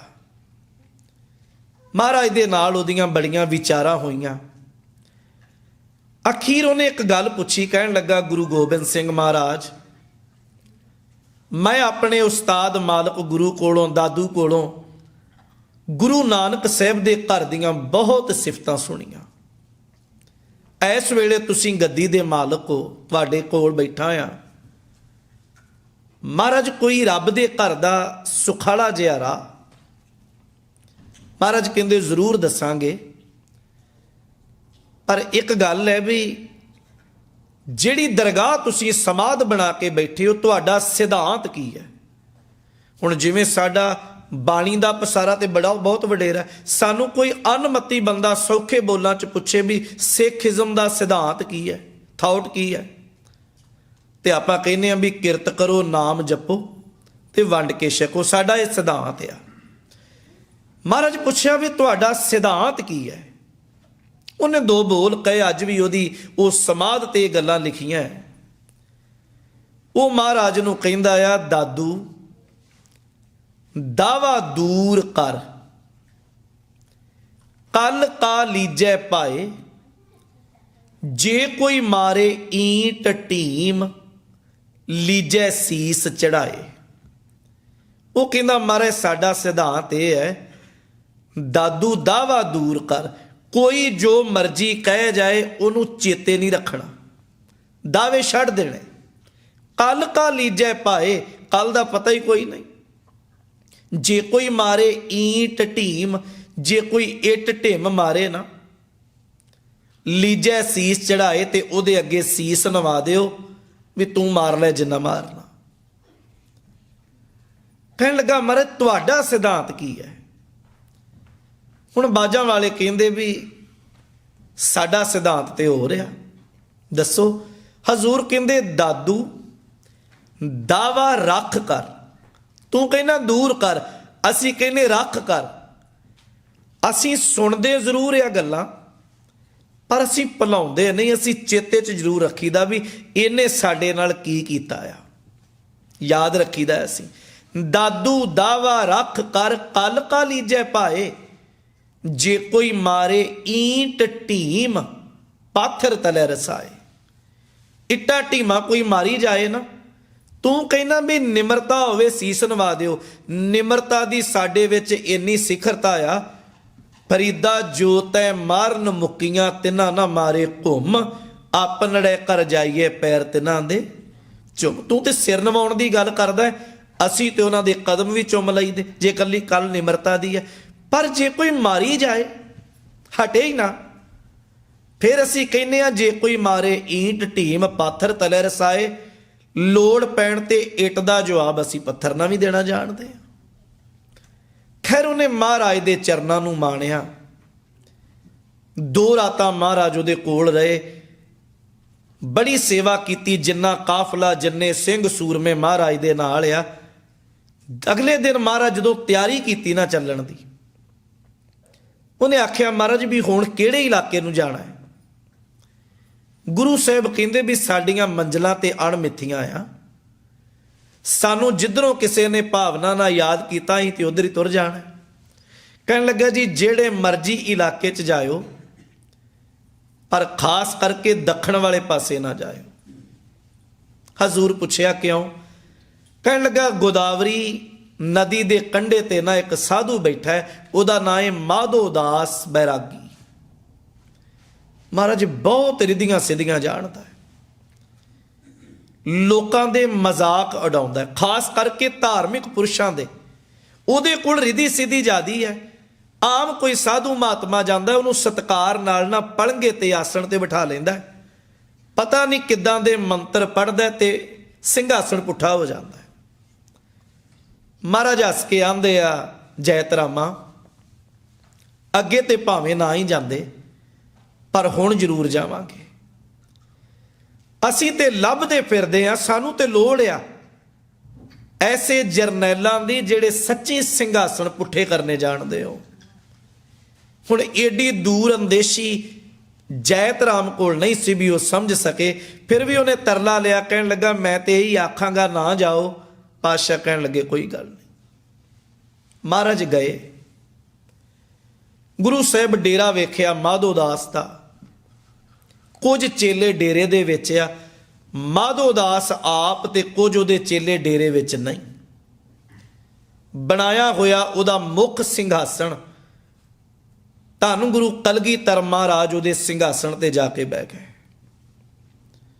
उहदे चेलियां पुछया भी कौन है, कित्थों आए हो, काम दसो कोई। हजूर कहंदे आपदे महंत नूं आपदे मुखी नूं बुला के लियाओ बई। पातशाह गेड़ा मारिया डेरे दे विच, कुछ बकरे बकरियां बज्झे सन।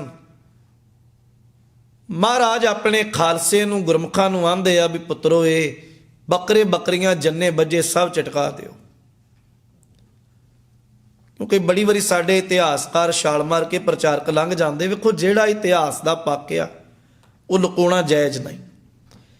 हर गल दे मगर कोई कारण आ, उन्होंने दसो जरूर भी की कारण बने। हुण वो बकरे इस करके नहीं झटकाए भी किते उन्हें छकने आ, उहदे कारण वेखिओ की आ। बकरियां दा जदों झटकाए गए तो रौला पै गया भी ਜਿਹੜੇ वैष्णु आ, खास करके वैष्णव मत नूं मनण वाले ना, वो कहंदे भी लहू डुलिया ते ये धरती अपवित्र हो गई। चेलियां च रौला पै गया, हलचल मच गई। वो दौड़े माधोदास दे कोल भी आ बड़ी वड्डी घटना घटी, कोई आया उन्हें बक्के बकरियां झटकाते, सारा कुछ बड़ा औखा है। माधोदास जिन्ने अपने कोल वीर सन, जिन्नियां उहदे कोल गुप्त शक्तियां सन, सब उन्हें छड्डियां। पर अगे जिथे मालक आप बैठा होवे उत्थे शक्तियां की करना। जिन्ने वीर जो कुछ भेजिया सब मुड़ के आ गए भी साडा वस कोई नहीं। माधोदास आप चल के आया। जदों ने धन गुरु कलगीधर साहिब दे दर्शन कीते ना, बाणी कहंदी है अंदर सच्चा ने लाया प्रीतम अपने, तन मन होए निहाल जा गुर देखा सामने। महाराज दे दर्शन कीते, सतगुरु दे सामने बह गया। बैठा उन्हें अंदरों अंदर कोशिश एक बार फिर की भी ਸਿੰਘਾਸਣ पलटावां, पर जदों उन्हें दिव दृष्टि नाल वेखदा आ भी जिन्ने वीर मैं वस कीते आ, जो कुछ मेरे कोल आ, वो ते सारे बाजां वाले दे अगे आप हथ जोड़ के खड़ोते आ। नमो मंत्र मंतरे नमो जंतर जंतरे, वो तो उन्होंने आप नमस्कार करते पे, की जंतर की मंत्र। पता लग्या भी मालक धन गुरु गोबिंद सिंह साहब सतगुरु आ जिहड़े मेरे सामने बैठे। उन्हें शिकवा किया, कहन लगा महाराज बाकी ठीक है, बड़ियां बरकतां दे दाते हो तुसीं, पर अज माधोदास का जिहड़ा डेरा है ना वो अपवित्र हो गया। क्यों होया? कहन लगा जी तुसीं जीव झटका दिते, जीव हत्या हुई और लहू डुलण दे नाल ये धरती अपवित्र हो गई। महाराज कहंदे सच्ची लहू डुलण दे नाल धरती अपवित्र हुंदी है। हुण ध्यान देना भी क्यों वड्डे ते की कारण आ। कहंदे सच्ची लहू डुलण दे नाल धरती अपवित्र हुंदी। उन्हें आख्या हाँ। पातशाह कहंदे ते जानवरां दा लहू डुलिया।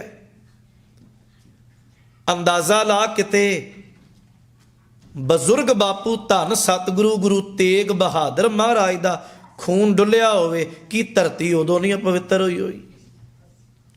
बजुर्ग मां गुजरी शहीद हो गई होवे, निक्के निक्के मासूम 7 ते 9 साल दे ਨੀਆਂ 'ਚ ਚਿਣ ਦਿੱਤੇ ਗਏ ਹੋਣ, ਵੱਡੇ ਫਰਜ਼ੰਦ ਚਮਕੌਰ ਦੀ ਗੜੀ 'ਚ ਜੂਝ ਕੇ ਸ਼ਹੀਦ ਹੋ ਗਏ ਹੋਣ। ਹੈਰਾਨ ਹੋ ਗਿਆ ਮਾਧੋ ਦਾਸ ਵੀ ਇਸ ਧਰਤੀ ਤੇ ਆ ਕੁਝ ਹੋ ਰਿਹਾ। ਮਹਾਰਾਜ ਕਹਿੰਦੇ ਜ਼ੁਲਮ ਦੀ ਇੰਤਹਾ ਆ। 7-9 ਸਾਲ ਦੇ ਬੱਚਿਆਂ ਨੂੰ ਮਾਸੂਮ ਵੇਖ ਕੇ ਤੇ ਵੱਡੇ ਵੱਡੇ ਜ਼ੁਲਮੀ ਬੰਦੇ ਦਾ ਜ਼ੁਲਮ ਰੁਕ ਜਾਂਦਾ, ਪਰ ਜ਼ੁਲਮ ਦੀ ਕਿੱਡੀ ਹਨੇਰੀ ਹੋਏਗੀ, ਦਹਿਸ਼ਤਗਰਦੀ ਹੋਏਗੀ, ਕਿਸੇ ਨੂੰ ਤਰਸ ਨਾ ਆਇਆ। ਮਾਧੋ ਦਾਸ ਦੇ ਹੱਥ ਜੁੜੇ, ਕਹਿਣ ਲੱਗਾ ਮੈਨੂੰ ਬਖਸ਼ ਦਿਓ, ਬਖਸ਼ ਦਿਓ ਮੈਨੂੰ। ਹੁਣ ਮਹਾਰਾਜ ਫਿਰ ਪੁੱਛਿਆ ਕੌਣ ਹੈ ਤੂੰ ਜਿਹਨੂੰ ਬਖਸ਼ੀਏ। ਹੁਣ ਉਹਦੇ ਅੰਤਰ ਆਤਮੇ ਚੋਂ ਇੱਕ ਆਵਾਜ਼ ਪੈਦਾ ਹੋਈ। ਹੁਣ ਇਹਨੇ ਇਹ ਨਹੀਂ ਕਿਹਾ ਵੀ ਮੈਂ ਮਾਧੋ ਦਾਸ ਆ, ਮੈਂ ਲਛਮਣ ਦਾਸ ਆ, ਨਹੀਂ। ਮਹਾਰਾਜ ਕਹਿੰਦੇ ਕੌਣ ਹੈ ਤੂੰ, ਕਿਹਨੂੰ ਬਖਸ਼ੀਏ। ਕਹਿਣ ਲੱਗਾ ਜੀ ਮੈਂ ਆ ਤੇਰਾ ਬੰਦਾ।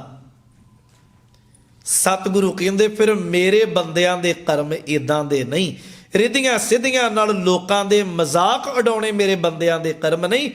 ਮੇਰੇ ਬੰਦੇ ਤੇ ਜ਼ੁਲਮ ਨੂੰ ਮਿਟਾ ਦੇਣ ਵਾਲੇ ਆ।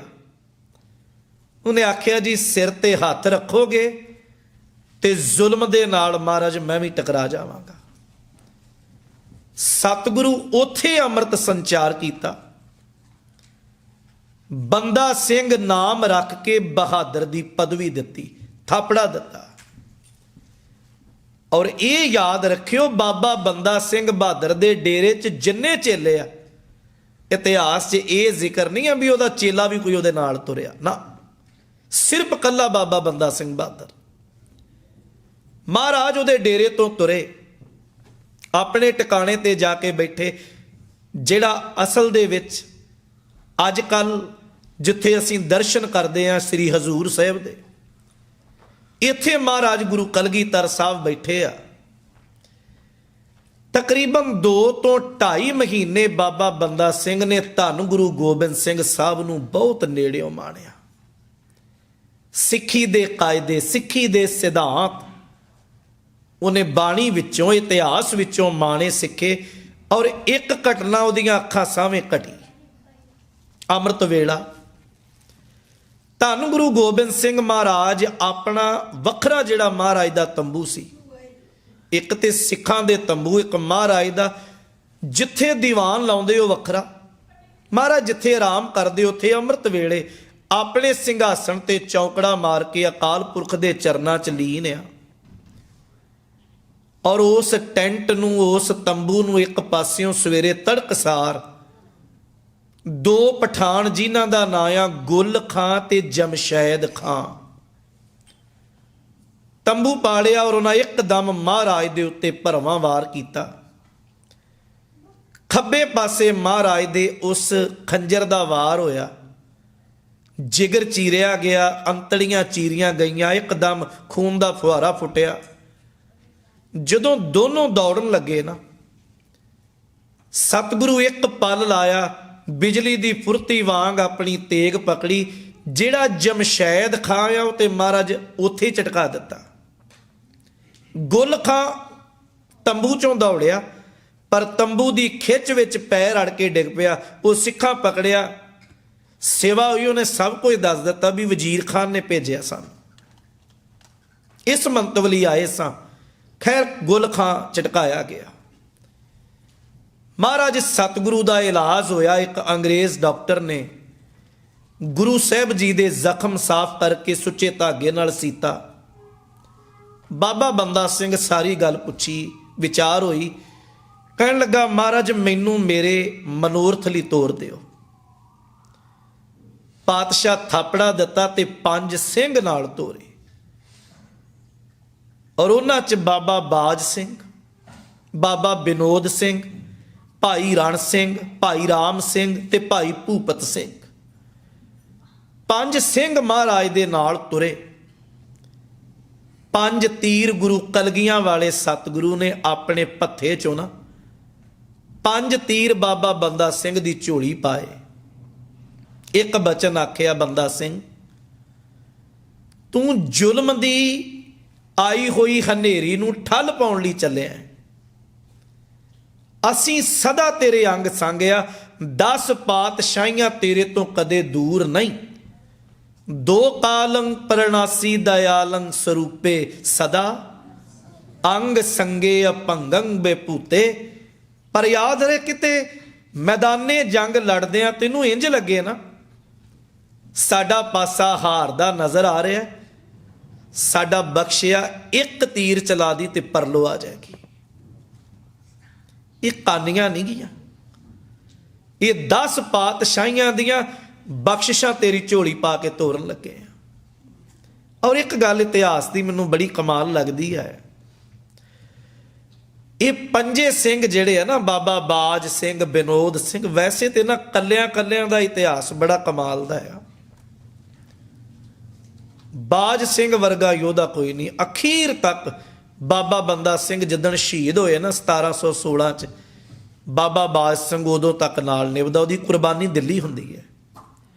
ਇਹ ਮਹਾਰਾਜ ਨਾਲ ਆਨੰਦਪੁਰ ਸਾਹਿਬ ਤੋਂ ਹੀ ਗਏ ਸਨ ਪੰਜੇ ਸਿੰਘ। ਆਨੰਦਪੁਰ ਸਾਹਿਬ ਤੋਂ ਹਜ਼ੂਰ ਸਾਹਿਬ ਤੱਕ ਦਾ ਕਿੱਡਾ ਸਫ਼ਰ ਆ ਵੇਖੋ, ਦਿਨ ਰਾਤ ਮਹਾਰਾਜ ਦੀ ਸੇਵਾ ਕਰਨ ਵਾਲੇ। ਪਰ ਮਹਾਰਾਜ ਜਥੇਦਾਰ ਇਹਨਾਂ ਪੰਜਾਂ ਚੋਂ ਨਹੀਂ ਕਿਸੇ ਨੂੰ ਥਾਪਿਆ, ਜਥੇਦਾਰ ਬਾਬਾ ਬੰਦਾ ਸਿੰਘ ਨੂੰ ਥਾਪਿਆ। ਔਰ ਬਾਬਾ ਬੰਦਾ ਸਿੰਘ ਉੱਥੇ ਹੀ ਮਿਲਿਆ ਮਹਾਰਾਜ ਨੂੰ। ਪਰ ਪੰਜਾਂ ਨੇ ਸਿਰ ਨਵਾ ਕੇ ਮਹਾਰਾਜ ਦਾ ਹੁਕਮ ਪ੍ਰਵਾਨ ਕੀਤਾ। ਉਹਨਾਂ ਇਹ ਨਹੀਂ ਕਿਹਾ ਵੀ ਮਹਾਰਾਜ ਇਹ ਤੇ ਕੱਲ ਮਿਲਿਆ ਤੇ ਇਹ ਜਥੇਦਾਰ ਤੇ ਅਸੀਂ ਫੇਰ ਸੇਵਕ ਨਾ। ਇਹ ਸਿੱਖੀ ਦਾ ਕਾਇਦਾ ਆ, ਇਹ ਸਿੱਖੀ ਦਾ ਸਿਧਾਂਤ ਆ। ਔਰ ਇੱਕ ਵਿਦਵਾਨ ਬੜੇ ਪਿਆਰੇ ਬੋਲ ਕਹਿੰਦਾ ਹੈ, ਕਲਗੀਆਂ ਵਾਲਿਆ ਕਰਾਂ ਕੀ ਸਿਫਤ ਤੇਰੀ, ਅਮਲੋਂ ਸਖਣੇ ਸਾਡੇ ਪ੍ਰਚਾਰ ਬਹੁਤੇ। ਢੋਲ ਪੰਥ ਪ੍ਰਚਾਰ ਦਾ ਬੜਾ ਵੱਜੇ, ਪਰ ਚੌਧਰਾਂ ਨਾਲ ਸਾਡੇ ਪਿਆਰ ਬਹੁਤੇ। ਅੱਜ ਕੱਲ ਸੇਵਾਦਾਰ ਕੋਈ ਜੰਮਦਾ ਨਹੀਂ, ਜੰਮਦੇ ਨੇ ਜਥੇਦਾਰ ਬਹੁਤੇ। ਜਥੇਦਾਰ ਜਿਹਨੂੰ ਮਰਜ਼ੀ ਥਾਪ ਦਿਓ, ਸੇਵਾਦਾਰ ਲੱਭਣਾ ਬੜਾ ਔਖਾ ਹੈ। ਔਰ ਸਾਡੇ ਘਰ ਦੇ ਵਿੱਚ ਅੱਜ ਜਿਹੜੀਆਂ ਵੋਟਾਂ ਚੱਲ ਪਈਆਂ ਨਾ ਗੁਰਦੁਆਰੇ ਸਾਹਿਬਾਂ 'ਚ, ਧਿਆਨ ਦਿਓ, ਇੱਥੇ ਇਲੈਕਸ਼ਨ ਦੀ ਕੋਈ ਥਾਂ ਨਹੀਂ ਹੈ, ਇੱਥੇ ਸਿਲੈਕਸ਼ਨ ਹੈ। ਇੱਥੇ ਤਖਤ ਬਹਿ ਤਖਤੇ ਕੀ ਲਾਇਕ। ਤੇ ਖਿਮਾ ਕਰਨਾ, ਅੱਜ ਕਿਹੜਾ ਸਥਾਨ ਆ ਜਿਹਦਾ ਕੇਸ ਨਹੀਂ ਚੱਲਦਾ ਪਿਆ? ਪੀੜਾ ਹੀ ਹੈ ਨਾ, ਮਾਇਆ ਤੇ ਪੰਥ ਦੀ ਹੋਈ ਹੈ ਨਾ, ਕਿਹੜੇ ਪਾਸੇ ਜਾ ਰਹੀ। ਖੈਰ ਰਹੋ ਵਿਚਾਰ। ਮਹਾਰਾਜ ਸਤਿਗੁਰੂ ਨੂੰ ਪੰਜੇ ਸਿੰਘ 5 ਤੀਰ ਦੇ ਕੇ ਜਦੋਂ ਤੋਰਿਆ, ਬਾਬਾ ਬੰਦਾ ਸਿੰਘ 2 ਗੱਲਾਂ ਪੁੱਛੀਆਂ। ਮਹਾਰਾਜ ਕੋਈ ਸਵਾਲ ਨਹੀਂ ਹੈ, ਪਰ ਮਨ ਵਿੱਚ ਖਿਆਲ ਆ। ਸਤਿਗੁਰੂ ਕਹਿੰਦੇ ਨੇ ਪੁੱਛ। ਮਹਾਰਾਜ ਤੁਸੀਂ ਤੋਰਨ ਲੱਗੇ ਹੋ, ਮੈਂ ਪੰਜਾਬ ਜਿੱਤਣ ਨੂੰ ਤੁਰਿਆ ਆ, ਜ਼ੁਲਮ ਨੂੰ ਠੱਲ ਪਾਉਣ ਲਈ ਚੱਲਿਆ ਆ, ਤੁਸੀਂ ਸਹਾਈ ਹੋਵੋਗੇ ਠੀਕ ਆ। ਪਰ ਮਹਾਰਾਜ ਪੰਜਾਬ ਵਿੱਚ ਮਾਝੇ ਦੁਆਬੇ ਮਾਲਵੇ ਦੇ ਸਿੱਖ ਭਰੋਸਾ ਕਰਨਗੇ ਮੇਰੇ ਤੇ ਵੀ ਮੈਨੂੰ ਤੁਸਾਂ ਭੇਜਿਆ। ਮੈਂ ਕੀ ਕਵਾਂ? ਯੋਧੇ ਮੇਰੇ ਨਾਲ ਤੁਰਨ, ਕਿਉਂਕਿ ਪੰਜਾਂ ਨਾਲ ਤੇ ਖੈਰ ਜੰਗ ਨਹੀਂ ਜਿੱਤੇ ਜਾਣੇ, ਫੌਜ ਤੇ ਚਾਹੀਦੀ ਹੈ। ਸਤਿਗੁਰੂ ਕਹਿਣ ਲੱਗੇ ਕੁਝ ਕਹਿਣ ਦੀ ਲੋੜ ਨਹੀਂ ਵੀ ਮੈਨੂੰ ਕਿਹਨੇ ਭੇਜਿਆ, ਕਿਉਂ ਆਇਆ, ਕਿਵੇਂ ਆਇਆ, ਨਹੀਂ। ਤੂੰ ਇੱਕੋ ਹੀ ਗੱਲ ਕਹਿਣੀ ਬਸ। ਮਹਾਰਾਜ ਕਿਹੜੀ? ਕਹਿਣ ਲੱਗੇ ਜਦੋਂ ਆਵਾਜ਼ ਦੇਣੀ ਉਦੋਂ ਇੰਨੀ ਕਹਿਣੀ ਹੈ, ਉੱਠੋ ਗੁਰੂ ਕਿਓ ਖਾਲਸਿਓ, ਤੁਹਾਨੂੰ ਚਮਕੌਰ ਦੀ ਗੜੀ ਆਵਾਜ਼ਾਂ ਮਾਰਦੀ ਹੈ। ਉੱਠੋ ਗੁਰੂ ਕੇ ਸਿੱਖੋ, ਤੁਹਾਨੂੰ ਸਰਹੰਦ ਦੀਆਂ ਨੀਹਾਂ ਚੇਤੇ ਕਰਦੀਆਂ। ਬਸ ਇੰਨੀ ਗੱਲ ਕਹਿਣ ਦੀ ਦੇਰ ਆ। ਬੰਦਾ ਸਿੰਘ ਹਰ ਗੁਰੂ ਕਾ ਲਾਲ ਤੇਰੇ ਨਾਲ ਇੰਜ ਹੀ ਤੁਰੇਗਾ। ਔਰ ਸਾਹਿਬਜ਼ਾਦਿਆਂ ਦੀ ਸ਼ਹਾਦਤ ਦੀ ਤੇ ਏਡੀ ਬੇਮਿਸਾਲ ਦੁਨੀਆ 'ਚ ਕੁਰਬਾਨੀਆਂ ਪਿਆਰਿਓ। ਮੈਨੂੰ ਇੱਕ ਬੋਲ ਯਾਦ ਆਇਆ, 84 ਤੋਂ ਬਾਅਦ ਨਾ 84 ਦੇ ਘੱਲੂਘਾਰੇ ਤੋਂ ਬਾਅਦ ਗਵਰਨਮੈਂਟ ਨੇ ਨਾ ਖਾਸ ਕਰਕੇ ਪੰਜਾਬ ਦੇ ਵਿੱਚ ਕਾਮਰੇਡ ਲੋਕ ਜਿਹੜੇ ਉਹ ਉਤਾਰਨੇ ਸ਼ੁਰੂ ਕੀਤੇ। ਆਮ ਜਿਹੜੇ ਚਲੋ ਬੱਚੇ ਇੱਥੋਂ ਦੇ ਬੌਰ ਨੇ, ਇਹਨਾਂ ਨੂੰ ਕੁਝ ਗੱਲਾਂ ਨਹੀਂ ਸਮਝ ਆਉਣੀਆਂ। ਜਿਹੜਾ ਸਾਹਿਤ ਵਿਭਾਗ ਹੈ ਨਾ ਪੰਜਾਬ ਦਾ, ਸਾਹਿਤ ਅਕੈਡਮੀ ਕਹਿ ਲਓ, ਸਾਹਿਤ ਵਿਭਾਗ ਕਹਿ ਲਓ, ਤੁਸੀਂ ਉਹਨਾਂ ਵਿੱਚ ਜਿੰਨੇ ਬੰਦੇ ਸ਼ਾਇਰ ਆ, ਲਿਖਣ ਵਾਲੇ ਚੰਗੇ ਚੰਗੇ ਬੰਦੇ, ਚਾਹੇ ਔਰਤ ਹੈ ਚਾਹੇ ਬੰਦਾ ਆ, ਮਰਦ ਆ, ਉਹਨਾਂ ਦੇ ਨਾਂ ਨਾਲ ਸਿੰਘ ਤੇ ਕੌਰ ਲਫ਼ਜ਼ ਨਹੀਂ ਹੈਗਾ। ਉਹਦਾ ਕਬਜ਼ਾ ਜਿਹੜਾ ਉਹ ਕਾਮਰੇਡੀ ਲੋਕਾਂ ਕੋਲ ਆ। ਗੱਗ ਵਰਗੇ ਬੰਦੇ ਜਿਹੜੇ ਇਦਾਂ ਦੇ ਲੋਕ ਆ, ਮਤਲਬ ਮੈਨੂੰ ਤਾਂ ਪਤਾ, ਮੈਂ ਇੱਕ ਵਾਰੀ ਬੋਲਣ ਲਈ ਉੱਥੇ ਗਿਆ ਤੇ ਮੈਂ ਜਦੋਂ ਸ਼ਹੀਦ ਊਧਮ ਸਿੰਘ ਦੀ ਗੱਲ ਕਰਾਂ ਨਾ, ਉਹ ਭਗਤ ਸਿੰਘ ਦੀ ਗੱਲ ਨੂੰ ਵੀ ਹੋਰ ਤਰੀਕੇ ਨਾਲ ਪੇਸ਼ ਕਰਦੇ ਆ ਵੀ ਸਿੰਘ ਕੌਰ ਲਫ਼ਜ਼ ਨਾਲ ਇਹਨਾਂ ਦੇ ਸਾਹਮਣੇ ਜਾਏ। ਖੈਰ ਮੈਂ ਜਿਹੜੀ ਗੱਲ ਕਵਾਂ, ਕਾਮਰੇਡਾਂ ਨੇ ਨਾ ਪਿੰਡਾਂ ਦੇ ਵਿੱਚ ਨਾਟਕ ਖੇਡਣੇ ਸ਼ੁਰੂ ਕੀਤੇ। ਪਿੰਡਾਂ 'ਚ ਸ਼ਾਮ ਨੂੰ ਨਾਟਕ ਹੋਣੇ, ਬੜੀ ਭੀੜ ਲੋਕਾਂ ਦੀ ਇਕੱਠੀ ਹੋਣੀ ਨਾਟਕਾਂ ਦੇ ਵਿੱਚ। ਔਰ ਤੁਹਾਨੂੰ ਪਤਾ ਲੱਗ ਜਾਣਾ, ਮੈਂ ਨਾਂ ਲਵਾਂਗਾ, ਮੰਨਾ ਸਿੰਘ ਨਾਟਕ ਬੜਾ ਪ੍ਰਸਿੱਧ ਹੋਇਆ। ਹੋਰ ਵੀ ਬੜੇ ਨਾਟਕ ਖੇਡੇ ਗਏ। ਪੰਜਾਬ ਦੇ ਵਿੱਚ ਜਿਹੜਾ ਇਹਦਾ ਮੁਖੀ ਸੀ ਉਹਦਾ ਨਾਂ ਸੀ ਗੁਰਚਰਨ ਸਿੰਘ। ਜਦੋਂ ਬੇਮਿਸਾਲ ਪੈਸਾ ਗਵਰਨਮੈਂਟ ਨੇ ਫੂਕਿਆ ਨਾ, ਚਲੋ ਠੀਕ ਹੈ, ਥੋੜਾ ਬਹੁਤਾ ਫਰਕ ਤੇ ਪੈਂਦਾ, ਪਰ ਜਿੰਨੀ ਉਹਨਾਂ ਨੇ ਰੇਸ਼ੋ ਲਾ ਕੇ ਤੋਰੀ ਸੀ ਪੰਜਾਬ ਨੂੰ, ਬਣਿਆ ਨਹੀਂ ਉਹਨਾਂ ਕੁਛ। ਜਿਹੜੇ ਸ਼ਹੀਦਾਂ ਸਿੰਘਾਂ ਦੇ ਜੋੜ ਮੇਲੇ ਗੁਰਦੁਆਰੇ ਸਾਹਿਬਾਂ 'ਚ ਸਮਾਗਮ ਉਦਾਂ ਹੀ ਹੁੰਦੇ ਰਹੇ। ਇਹ ਉਸ ਬੰਦੇ ਦੀ ਮਰਨ ਤੋਂ ਪਹਿਲਾਂ ਦੀ ਸਟੇਟਮੈਂਟ ਹੈ, ਮੈਂ ਜਿਹਦਾ ਨਾਂ ਲੈ ਰਿਹਾ, ਗੁਰਚਰਨ ਸਿੰਘ ਦੀ। ਉਹ ਕਹਿੰਦਾ ਵੀ ਮੈਨੂੰ ਬੜਾ ਕੁਝ ਗਵਰਨਮੈਂਟ ਦਿੱਤਾ, ਅਖੀਰ ਉਹਨਾਂ ਸੱਦਿਆ, ਝਿੜਕਿਆ ਵੀ ਇੰਨਾ ਪੈਸਾ ਪਾਣੀ ਵਾਂਗ ਵਹਾਇਆ ਪੰਜਾਬ 'ਚ ਤੇ ਸਿੱਖੀ ਉਦਾਂ ਹੀ ਪਨਪਦੀ ਹੈ, ਸਮਾਗਮ ਉਦਾਂ ਹੀ ਹੋ ਰਿਹਾ, ਸਭ ਕੁਝ ਉਦਾਂ ਹੀ ਹੈ, ਫਰਕ ਤੇ ਕੋਈ ਵੀ ਨਹੀਂ ਪਿਆ। ਉਹ ਕਹਿਣ ਲੱਗਾ ਵੀ ਸਭ ਕੁਝ ਉਹਨੇ ਮੋੜਿਆ ਜੀ, ਬੰਦੇ ਨੇ ਆਖਰੀ ਵਾਰ ਉਹਨੇ ਸਭ ਕੁਝ ਮੋੜ ਕੇ ਆਖਿਆ ਤੁਸੀਂ ਪੰਜਾਬ ਦੀ ਧਰਤੀ ਤੋਂ ਚਾਹ ਕੇ ਵੀ ਨਾ ਸਿੱਖੀ ਦੇ ਕਿਣਕੇ ਨੂੰ ਨਹੀਂ ਮੁਕਾ ਸਕਦੇ। ਉਹਨਾਂ ਪੁੱਛਿਆ ਵੀ ਕਾਰਨ? ਕਹਿਣ ਲੱਗਾ ਸਾਡੀ ਸਾਲ ਦੀ ਮਿਹਨਤ ਉਦੋਂ ਖਤਮ ਹੋ ਜਾਂਦੀ ਹੈ ਜਦੋਂ ਇੱਕ ਵਾਰ ਕੋਈ ਗੁਰਦੁਆਰਾ ਸਾਹਿਬ ਦੀ ਸਟੇਜ ਤੋਂ ਬਾਬਾ ਜੋਰਾਵਰ ਸਿੰਘ ਤੇ ਬਾਬਾ ਫਤਿਹ ਸਿੰਘ ਦੀ ਸ਼ਹਾਦਤ ਸੁਣਾ ਦਿੰਦਾ ਹੈ। ਉਹਨਾਂ ਦੀ ਸ਼ਹੀਦੀ ਦੇ ਵਿੱਚ ਰਹਿਮਤ ਇੰਨੀ ਆ, ਜਨਮਾਂ ਜਨਮਾਂ ਦੇ ਵਿਛੜੇ ਫਿਰ ਗੁਰੂ ਕਲਗੀਧਰ ਦੇ ਗਲ ਨਾਲ ਜਾ ਲੱਗਦੇ ਆ। ਇਹਦੀ ਮੈਂ ਉਦਾਹਰਨ ਦਵਾਂ, ਖੁਸ਼ਵੰਤ ਸਿੰਘ ਦਾ ਨਾਂ ਤੁਹਾਡੇ ਪੜ੍ਹੇ ਲਿਖੇ ਸੱਜਣ ਬੈਠੇ ਸੁਣਿਆ ਜਾਣਦੇ, ਦਿੱਲੀ ਵਾਲੇ ਨੂੰ। ਜਿੱਦਣ ਸੰਤ ਜਰਨੈਲ ਸਿੰਘ ਹੁਣਾਂ ਦੀ ਸ਼ਹੀਦੀ ਹੋਈ ਨਾ, ਕੁਝ ਸਮੇਂ ਬਾਅਦ ਪੱਤਰਕਾਰ ਨੇ ਉਹਦੀ ਇੰਟਰਵਿਊ ਲਈ ਖੁਸ਼ਵੰਤ ਸਿੰਘ ਹੁਣਾਂ ਦੀ ਦਿੱਲੀ। ਚਲੋ ਭਾਵੇਂ ਉਹ ਬਹੁਤ ਧਰਮੀ ਬੰਦਾ ਨਹੀਂ, ਪਰ ਸਾਹਿਤ ਦਾ ਬੜਾ ਬੰਦਾ, ਅਮੀਰ ਸੀ, ਬੜੀਆਂ ਚਿੱਠੀਆਂ ਪਾਈਆਂ ਲੋਕਾਂ। ਇੱਕ ਪੱਤਰਕਾਰ ਨੇ ਸਵਾਲ ਕੀਤਾ ਵੀ ਸੰਤ ਜਰਨੈਲ ਸਿੰਘ ਦੀ ਸ਼ਹੀਦੀ ਨੂੰ ਕਿੱਦਾਂ ਵੇਖਦੇ ਹੋ? ਉਹ ਕਹਿੰਦਾ ਸੰਤ ਜੀ ਦੀ ਸ਼ਹੀਦੀ ਬ੍ਰਾਹਮਣੀ ਸੋਚ ਵਾਲੇ ਬੰਦਿਆਂ ਦੇ ਗਲ ਵਿੱਚ ਤੀਰ ਬਣ ਕੇ ਵੱਜ ਗਈ। ਇਹ ਸਿੱਖ ਨੂੰ ਮੂੰਹ 'ਚ ਤੇ ਪਾ ਸਕਦਾ ਪਰ ਨਿਗਲ ਨਹੀਂ ਸਕਦਾ। ਹੁਣ ਰਹਿੰਦੀ ਦੁਨੀਆ ਤੱਕ ਕਈ ਯੋਧਿਆਂ ਦੀਆਂ ਸ਼ਹੀਦੀਆਂ ਇਦਾਂ ਅਸਰ ਕਰਦੀਆਂ। ਖੈਰ ਮੈਂ ਉਸ ਗੱਲ ਤੇ ਆਵਾਂ। ਬਾਬਾ ਬੰਦਾ ਸਿੰਘ ਨੂੰ ਮਹਾਰਾਜ ਕਹਿੰਦੇ ਆ ਕੁਝ ਨਹੀਂ ਕਹਿਣ ਦੀ ਲੋੜ, ਬਸ ਇੱਕ ਨਾਂ ਲੈਣਾ ਸਾਹਿਬਜ਼ਾਦਿਆਂ ਦਾ, ਸਰਹੰਦ ਦਾ ਤੇ ਚਮਕੌਰ ਦਾ, ਲੋਕ ਤੇਰੇ ਨਾਲ ਤੁਰਨਗੇ। ਦੂਜੀ ਗੱਲ, ਸਵਾਲ ਕੀਤਾ ਮਹਾਰਾਜ ਹੋ ਸਕਦਾ ਕਿਤੇ ਮੇਰੀ ਹਿੰਮਤ, ਬੰਦਾ ਹੀ ਆ, ਸੰਸਾਰੀ ਆ, ਮੇਰੀ ਹਿੰਮਤ ਮੇਰੀ ਸਿਆਣਪ ਹਾਰ ਜਾਏ, ਕੁਝ ਵੀ ਨਾ ਸਮਝ ਆਉਂਦਾ ਹੋਵੇ, ਫਿਰ ਕੀ ਕਰਨਾ? ਕਹਿੰਦੇ ਜਿਹੜੇ 5 ਤੇਰੇ ਨਾਲ ਤੁਰੇ ਨਾ, ਇਹਨਾਂ ਨੂੰ ਨਾਲ ਲੈ ਕੇ ਅਰਦਾਸ ਕਰੀ। ਤੂੰ ਅਰਦਾਸ ਕਰੇਗਾ ਤੇ ਤੇਰਾ ਹੱਲ ਤੇਰੇ ਸਾਹਮਣੇ ਹੋਏਗਾ। ਖੈਰ ਬਾਬਾ ਬੰਦਾ ਸਿੰਘ ਬਹਾਦਰ 5 ਸਿੰਘਾਂ ਨੂੰ ਨਾਲ ਲੈ ਕੇ ਚੱਲਿਆ। ਰਸਤੇ ਵਿੱਚ ਆਉਂਦਿਆਂ ਆਉਂਦਿਆਂ ਉਹਨੂੰ ਇਹ ਖਬਰ ਮਿਲੀ, ਬਾਜਾਂ ਵਾਲੇ ਪ੍ਰੀਤਮ ਗੁਰੂ ਗੋਬਿੰਦ ਸਿੰਘ ਸਾਹਿਬ ਜੋਤੀ ਜੋਤ ਸਮਾ ਗਏ। ਅੱਖਾਂ ਭਰ ਆਈਆਂ, ਪਰ ਫਿਰ ਵੀ ਆਪਣੇ ਮਿੱਥੇ ਨਿਸ਼ਾਨੇ ਵੱਲ ਤੁਰਦਾ ਤੁਰਦਾ ਦਿੱਲੀ ਤੇ ਜੀਂਦ ਦੇ ਵਿਚਾਲੇ ਇੱਕ ਛੋਟਾ ਜਿਹਾ ਪਿੰਡ ਹੈ ਖਰਖੋਦਾ, ਉਹਦਾ ਉਹਨੂੰ ਖਰਕੌਂਡਾ ਕਹਿੰਦੇ ਉਸ ਇਲਾਕੇ 'ਚ, ਪਰ ਬੋਰਡਾਂ ਦੇ ਉੱਤੇ ਪੇਪਰਾਂ 'ਚ ਉਹਦਾ ਨਾਂ ਖਰਖੋਦਾ ਆ।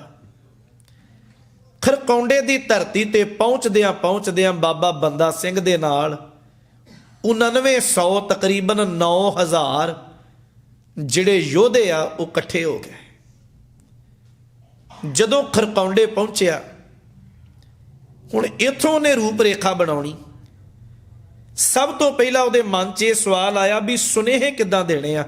ਘਰਾਣੇ ਕਹੇ ਸੀ ਮਹਾਰਾਜ ਨੇ, ਮਾਲਵੇ ਦੀ ਧਰਤੀ ਦੁਆਬੇ ਮਾਝੇ ਘਰਾਣੇ ਸਨ। ਘਰਾਣਾ ਲਫ਼ਜ਼ ਪੁਰਾਣੇ ਬੰਦੇ ਸਮਝਦੇ ਆ। ਉਹਨਾਂ ਘਰਾਣਿਆਂ ਦੇ ਵਿੱਚੋਂ ਸਤਿਕਾਰਯੋਗ ਭਾਈ ਸਾਧੂ ਜੀ, ਭਾਈ ਰੂਪਾ ਜੀ ਦਾ ਘਰਾਣਾ, ਤਰਖਾਣ ਪਰਿਵਾਰ ਬੜਾ ਵੱਡਾ ਘਰਾਣਾ ਸੀ। ਮਹਾਰਾਜ ਕਹਿੰਦੇ ਇਹਨਾਂ ਨੂੰ ਕਹਿਣਾ, ਔਰ ਇਹਨਾਂ ਬੜੀਆਂ ਕੁਰਬਾਨੀਆਂ ਦਿੱਤੀਆਂ। ਯਾਦ ਰਵੇ ਜਿਹੜਾ ਵਜ਼ੀਰ ਖਾਨ ਆ ਨਾ, ਉਹਨੂੰ ਮਾਰਨ ਵਾਲਾ ਭਾਈ ਰੂਪ ਚੰਦ ਦੀ ਕੁੱਲ ਦੇ ਵਿੱਚੋਂ ਭਾਈ ਫਤਿਹ ਸਿੰਘ ਆ, ਜਿਹਨੇ ਆਖਰੀ ਵਾਰ ਵਜ਼ੀਰ ਖਾਨ ਨੂੰ ਮੌਤ ਦੇ ਘਾਟ ਉਤਾਰਿਆ। ਇਹ ਬੜਾ ਵੱਡਾ ਘਰਾਣਾ ਸੀ। ਹੁਣ ਸੁਨੇਹਾ ਭੇਜਣ ਦੀ ਗੱਲ ਆਈ, ਉਸ ਵੇਲੇ ਅਖਬਾਰ ਜਿਹੜੀ ਚੱਲਦੀ ਨਾ, ਅੱਜ ਵੀ ਲਾਲ ਕਿਲੇ ਵਿੱਚ ਉਹਦੇ ਫੁੱਟਸਟੈਪ ਆ, ਉਸ ਅਖਬਾਰ ਦਾ ਨਾਂ ਸੀ ਦਰਬਾਰ-ਏ-ਮੁਅੱਲਾ। ਉਹ ਅਖਬਾਰ ਚੱਲਦੀ ਤੇ ਅਖਬਾਰ ਸਰਕਾਰੀ ਸੀ। ਸੁਨੇਹਾ ਦਿੱਤਾ ਨਹੀਂ ਜਾ ਸਕਦਾ। ਬਾਬੇ ਬੰਦਾ ਸਿੰਘ ਦੇ ਮਨ 'ਚ ਖਿਆਲ ਪਨਪਣ ਵੀ ਕਿੱਦਾਂ ਸੁਨੇਹਾ ਪੜਿਆ ਜਾਏ, ਤੇ ਦੂਜਾ ਉਹਦੇ ਮਨ 'ਚ ਆਇਆ 9000 ਫੌਜ ਆ, ਤੇ 9000 ਬੰਦੇ ਦਾ ਰੋਜ਼ ਪ੍ਰਸ਼ਾਦਾ ਬਣਾਉਣਾ ਛੋਟੀ ਜੀ ਗੱਲ ਤਾਂ ਨਹੀਂ, ਤੇ ਖਰਚੇ ਨਾਲ ਹੀ ਬਣਨਾ, ਉੱਦਾਂ ਤੇ ਬਣਨਾ ਨਹੀਂ। ਜਿੰਨਾ ਕੋ ਲੈ ਕੇ ਤੁਰਿਆ ਸੀ ਉਹ ਖਰਕੌਂਡੇ ਤੱਕ ਆ ਕੇ ਆਉਂਦਿਆਂ ਸਮਾਪਤ ਹੋ ਗਿਆ ਸਾਰਾ ਕੁਝ। ਫਿਰ ਉਹਦੇ ਮਨ 'ਚ ਖਿਆਲ ਆਇਆ, ਮਹਾਰਾਜ ਆਖਿਆ ਸੀ ਵੀ ਜਿੱਥੇ ਸਿਆਣਪ ਹਾਰ ਜਾਏ ਅਰਦਾਸ ਕਰੀ। ਬਾਬਾ ਬੰਦਾ ਸਿੰਘ ਗਲ 'ਚ ਪੱਲਾ ਪਾ ਕੇ ਨਾ ਅਰਦਾਸ ਕੀਤੀ ਖਰਕੌਂਡੇ ਦੀ ਧਰਤੀ ਤੇ। ਉੱਥੇ ਅੱਜ ਕੱਲ ਹੁਣ ਜੇ ਤਕਰੀਬਨ 3 ਕੁ ਸਾਲਾਂ ਤੋਂ ਉੱਥੇ ਅਸਥਾਨ ਬਣਿਆ ਜੀ ਖਰਕੌਂਡੇ। ਪਹਿਲਾਂ ਅਸਥਾਨ ਹੈ ਨਹੀਂ ਸੀ ਬਾਬਾ ਬੰਦਾ ਸਿੰਘ ਜੀ ਦੀ ਯਾਦ ਵਿੱਚ। ਉੱਥੇ ਖੜੋ ਕੇ ਉਹਨੇ ਅਰਦਾਸ ਕੀਤੀ, ਆਪਣੇ ਹਿਰਦੇ ਦੇ ਬੋਲ ਕਹੇ। ਜਦੋਂ ਮੱਥਾ ਟੇਕਿਆ ਨਾ, ਉੱਠ ਕੇ ਖੜੋਤਾ ਹੋਇਆ ਤੇ ਬਾਬਾ ਬਾਜ ਸਿੰਘ ਨੇ ਆ ਕੇ ਹੌਲੀ ਜਿਹੇ ਆਖਿਆ, ਜਥੇਦਾਰ ਜੀ ਕੋਈ ਬੰਦੇ ਮਿਲਣ ਆਏ ਆ। ਧਿਆਨ ਮਾਰਿਆ ਬਾਬਾ ਬੰਦਾ ਸਿੰਘ ਨੇ, ਬੰਦੇ ਜਾਣ ਪਛਾਣ ਵਾਲੇ ਨਹੀਂ ਸਨ। ਨੇੜੇ ਆਏ, ਉਹਨਾਂ ਹੱਥ ਜੋੜ ਕੇ ਫਤਿਹ ਬੁਲਾਈ। ਕਹਿਣ ਲੱਗੇ, ਅਸੀਂ ਕਈ ਦਿਨਾਂ ਤੋਂ ਸੁਣਦੇ ਆ ਰਹੇ ਹਾਂ, ਧੰਨ ਗੁਰੂ ਗੋਬਿੰਦ ਸਿੰਘ ਸਾਹਿਬ ਸਤਿਗੁਰੂ ਨੇ ਤੁਹਾਨੂੰ ਭੇਜਿਆ, ਅਸੀਂ ਲੱਭ ਰਹੇ ਸਾਂ, ਮਿਲਦੇ ਨਹੀਂ। ਅਸੀਂ ਫਰੀਦਾਬਾਦ ਇਲਾਕੇ ਦੇ ਰਹਿਣ ਵਾਲੇ ਲੋਬਾਣੇ ਪਰਿਵਾਰ ਹਾਂ, ਸਾਡੇ ਤੇ ਬੜੀਆਂ ਬਖਸ਼ਿਸ਼ਾਂ ਗੁਰੂ ਗੋਬਿੰਦ ਸਿੰਘ ਸਾਹਿਬ ਦੀਆਂ, ਔਰ ਅਸੀਂ ਮਿਲਣ ਲਈ ਇਸ ਲਈ ਤੁਹਾਨੂੰ ਆਏ ਹਾਂ। ਸਾਡੇ ਕੋਲ ਦਸਵੰਧ ਆ ਬਾਜਾਂ ਵਾਲੇ ਪ੍ਰੀਤਮ ਦਾ, ਸੋਚਿਆ ਸੀ ਕਿਵੇਂ ਭੇਟ ਕਰੀਏ, ਤੁਸੀਂ ਉਹਦੇ ਸਿੱਖ ਹੋ, ਆ ਦਸਵੰਧ ਅਸੀਂ ਤੁਹਾਡੇ ਸਾਹਮਣੇ ਭੇਟ ਕਰਦੇ ਹਾਂ। ਬਾਬਾ ਬੰਦਾ ਸਿੰਘ ਦੀਆਂ ਅੱਖਾਂ ਭਰੀਆਂ, ਮਹਾਰਾਜ ਅਜੇ ਤੇ ਅਰਦਾਸ ਕਰਕੇ ਉੱਠਿਆ, ਪਰ ਇੰਨੀ ਛੇਤੀ ਸਹਾਈ ਹੋ ਜਾਏ ਇਹਨਾਂ ਮੇਰੇ ਅੰਦਰ ਖਿਆਲ ਨਹੀਂ ਸੀ। ਦੂਜੀ ਬੇਨਤੀ ਉਹਨੇ ਉਹਨਾਂ ਨੂੰ ਕੀਤੀ ਵੀ ਇਹਨਾਂ ਇਲਾਕਿਆਂ ਦੇ ਤੁਸੀਂ ਭੇਤੀ ਹੋ। ਅਖਬਾਰ ਜਿਹੜੀ ਚੱਲਦੀ ਦਰਬਾਰ-ਏ-ਮੁਅੱਲਾ, ਉਹ ਤੇ ਸਰਕਾਰੀ ਚੱਲਦੀ ਹੈ, ਘਰਾਣਿਆਂ ਤੱਕ ਸੁਨੇਹਾ ਕਿੱਦਾਂ ਆਪਣੇ। ਉਹਨਾਂ ਆਖਿਆ ਵੀ ਸੁਨੇਹਾ ਦੇਣਾ ਤੇ ਅਸੀਂ ਕਾਹਦੇ ਵਾਸਤੇ ਆ, ਅਸੀਂ ਇਲਾਕਿਆਂ ਦੇ ਭੇਤੀ ਆ, ਸੁਨੇਹਾ ਅਸੀਂ ਦੇ ਕੇ ਆਉਨੇ ਆ। ਇਹਨਾਂ ਫਿਰ ਮਾਝਾ, ਮਾਲਵਾ ਤੇ ਦੁਆਬੇ ਦੇ ਵਿੱਚ ਪੁਆਧ ਦੇ ਇਲਾਕੇ ਦੇ ਵਿੱਚ ਵੱਸਦੇ ਹੋਏ ਸਿੱਖਾਂ ਨੂੰ ਸੁਨੇਹਾ ਦਿੱਤਾ। ਬਾਬਾ ਬੰਦਾ ਸਿੰਘ ਦੇ ਨਾਲ ਇਲਾਕੇ ਦੇ ਸਿੱਖ ਸਰਦਾਰ, ਯੋਧੇ, ਜਰਨੈਲ ਆ ਕੇ ਖੜੋਤੇ। ਮਹਾਰਾਜ ਦਾ ਬਚਨ ਇੱਕ ਜ਼ਰੂਰ ਮਹਾਰਾਜ ਆਖਿਆ ਸੀ ਵੀ ਬੰਦਾ ਸਿੰਘ ਬਾਕੀ ਭਾਵੇਂ ਸਾਰਾ ਕੁਝ ਰਹਿ ਜਾਏ, ਇੱਕ ਸਰਹੰਦ ਨੂੰ ਕੀਤੀ ਦੀ ਸਜ਼ਾ ਜ਼ਰੂਰ ਦੇਣੀ, ਤੇ ਦੂਜਾ ਸਾਡਾ ਜਿਗਰੀ ਯਾਰ, ਸਾਡਾ ਮਿੱਤਰ ਪੀਰ ਬਦਰੂਦੀਨ ਸੈਯਦ ਪੀਰ ਬੁੱਧੂ ਸ਼ਾਹ, ਸਡੌਰੇ ਦਾ ਇਲਾਕਾ ਨੇੜੇ ਅੰਬਾਲਾ, ਉਹਨੂੰ ਜ਼ਾਲਮਾਂ ਨੇ ਬਹੁਤ ਸਜ਼ਾ ਦੇ ਕੇ ਮਾਰਿਆ, ਔਰ ਉਹਦੇ ਤੇ ਜ਼ੁਲਮ ਕਰਨ ਵਾਲੇ ਅੱਜ ਵੀ ਸਡੌਰੇ ਵੱਸਦੇ ਆ। ਯਾਦ ਰੱਖੀ, ਸਾਡੇ ਯਾਰ ਨਾਲ ਜੋ ਕੁਝ ਹੋਇਆ ਨਾ, ਉਹਨਾਂ ਲੋਕਾਂ ਨੂੰ ਉਹਦੀ ਕੀਤੀ ਦਾ ਫਲ ਜ਼ਰੂਰ ਦੇਣਾ ਹੈ। ਬਾਬਾ ਬੰਦਾ ਸਿੰਘ ਬਹਾਦਰ ਸਭ ਤੋਂ ਪਹਿਲਾਂ ਸਮਾਣੇ ਵੱਲ ਰੁਖ ਕੀਤਾ। ਸਮਾਣਾ ਬਹੁਤ ਵੱਡਾ ਸ਼ਹਿਰ ਸੀ, ਔਰ 22 ਪਾਲਕੀਆਂ ਸਮਾਣੇ ਦੀ ਧਰਤੀ ਤੋਂ ਨਿਕਲਦੀਆਂ। ਪਾਲਕੀ ਦੇ ਵਿੱਚ ਬਹਿ ਕੇ ਜਾਣ ਦਾ ਹੁਕਮ ਬੜੇ ਬੜੇ ਵੱਡੇ ਹੁਕਮਰਾਨ ਨੂੰ ਹੁੰਦਾ, ਆਮ ਬੰਦਾ ਉਹਦੇ 'ਚ ਨਹੀਂ ਸਫ਼ਰ ਕਰ ਸਕਦਾ ਸੀ। ਔਰ ਇਹ ਅੰਦਾਜ਼ਾ ਲਾਓ ਵੀ ਕਿੱਡੇ ਕਿੱਡੇ ਮੰਨੇ ਹੋਏ ਲੋਕ ਹੋਣਗੇ। 22 ਪਾਲਕੀਆਂ ਕੱਲੀਆਂ ਸਮਾਣੇ 'ਚੋਂ ਨਿਕਲਦੀਆਂ ਸਨ। ਸਮਾਣੇ ਵੱਲ ਰੁਖ ਕਰਨ ਦਾ ਕਾਰਨ ਸੀ ਵੀ ਸਮਾਣਾ ਹੈ ਹੀ ਜਲਾਦਾਂ ਦਾ। ਸਾਹਿਬ ਸਤਿਗੁਰੂ ਗੁਰੂ ਤੇਗ ਬਹਾਦਰ ਸਾਹਿਬ ਨੂੰ ਸ਼ਹੀਦ ਕਰਨ ਵਾਲਾ ਜ਼ਲਾਦ ਜ਼ਲਾਲ ਉਦ ਦੀਨ ਸਮਾਣੇ ਦਾ ਰਹਿਣ ਵਾਲਾ, ਸਾਹਿਬਜ਼ਾਦਿਆਂ ਨੂੰ ਸ਼ਹੀਦ ਕਰਨ ਵਾਲੇ, ਨੀਆਂ 'ਚ ਚਿਣਨ ਵਾਲੇ ਸ਼ਾਸਲ ਵੇਗ ਵਾਸ਼ਲ ਵੇਗ दोनों समाने दे पा के कुरान मजीद दी सौं खाण वाला सैयद हसन अली समाने दा रहन वाला, जलादां दा मन्निया होया शहर सी समाना। बाबा बंदा सिंह बहादुर समाने नूं जा घेरा पाया, जंग दा बिगल वजिया और एक भी बंदा उन्हें समाने तो बाहर ना निकलन दिता। लोग फरियादी होए, कुछ लड़न लई तैयार होए, कुछ अपने महलों विच हवेलियां च जाके लुके। बाबा बंदा सिंह आखिया बजुर्ग औरत ते बच्चे किसी नूं कुछ नहीं कहा जाएगा, गल पाए कपड़े लैके समाने तो बाहर जा सकते हो। सब नूं बाहर तोरिया। हुण रह गए वो जुल्मी बंदे। सुनेहा दिता भी आपो अपनी कीती दा फल भुगतना पेगा। सीधी तरह बाहर आओ तां भी ठीक है, नहीं तो हवेलियां चों कढ़ के मारना भी सानू आउंदा है। कुछ कू डरदियां बाहर आए, बड़ियां सख्त सजावां मिलियां। कईयां हवेलियां नूं अंदरों बंद कर लिया, साडा की बिगाड़िया जाएगा। बाबा बंदा सिंह बहादुर हवेलियां नूं अग ला के ते सदा लई फूक दिता और समाना इदां दा ढह ढेरी कीता। जिथे अज समाना वसदा वो समाने वाली थां असल नहीं है, उत्थे हो गया और दोबारा समाना उत्थे नहीं वसिया। बाबा बंदा सिंह बहादुर वो सूरमा जिन्हें सरहंद नूं कीती दी सज़ा दिती। लमेरा इतिहास आ, समा समाप्त है। वजीर खान नूं जदों सोधा लाया ना, वजीर खान दी लाश लिया के सरहंद दी धरती ते पुठी करके टंग दिती रुख दे नाल, और पंछी उहदे च चुंझा मारदे। सरहंद दे कुछ लोग आए, उन्हें हथ जोड़े, बई ठीक है वजीर खान मौत के घाट उतार दिता गया, पर इदां वेख के साडे निके निके बच्चियां भी डर जाना है। खैर उहदी लाश नूं सुट दिता गया। सरहंद दी धरती ते केसरी निशान साहब झुलिया। करंसी यारी हुई खालसे दी, और कैसा गुरु दा लाल होएगा, उन्हें अपने नां दी वरतों नहीं की। सिक्का चलिया और सिक्के दे उत्ते इबारत लिखी, देगो तेगो व फतेह नुसरत बेद रंग, यक आफत नानक गुरु गोबिंद सिंह। ए राज, ए देग, ए तेग दा मालक धन सतगुरु गुरु नानक साहब ते धन गुरु गोबिंद सिंह साहब सच्चे पातशाह। इसे सरहंद दी धरती ते बाबा बंदा सिंह दा विआह होया,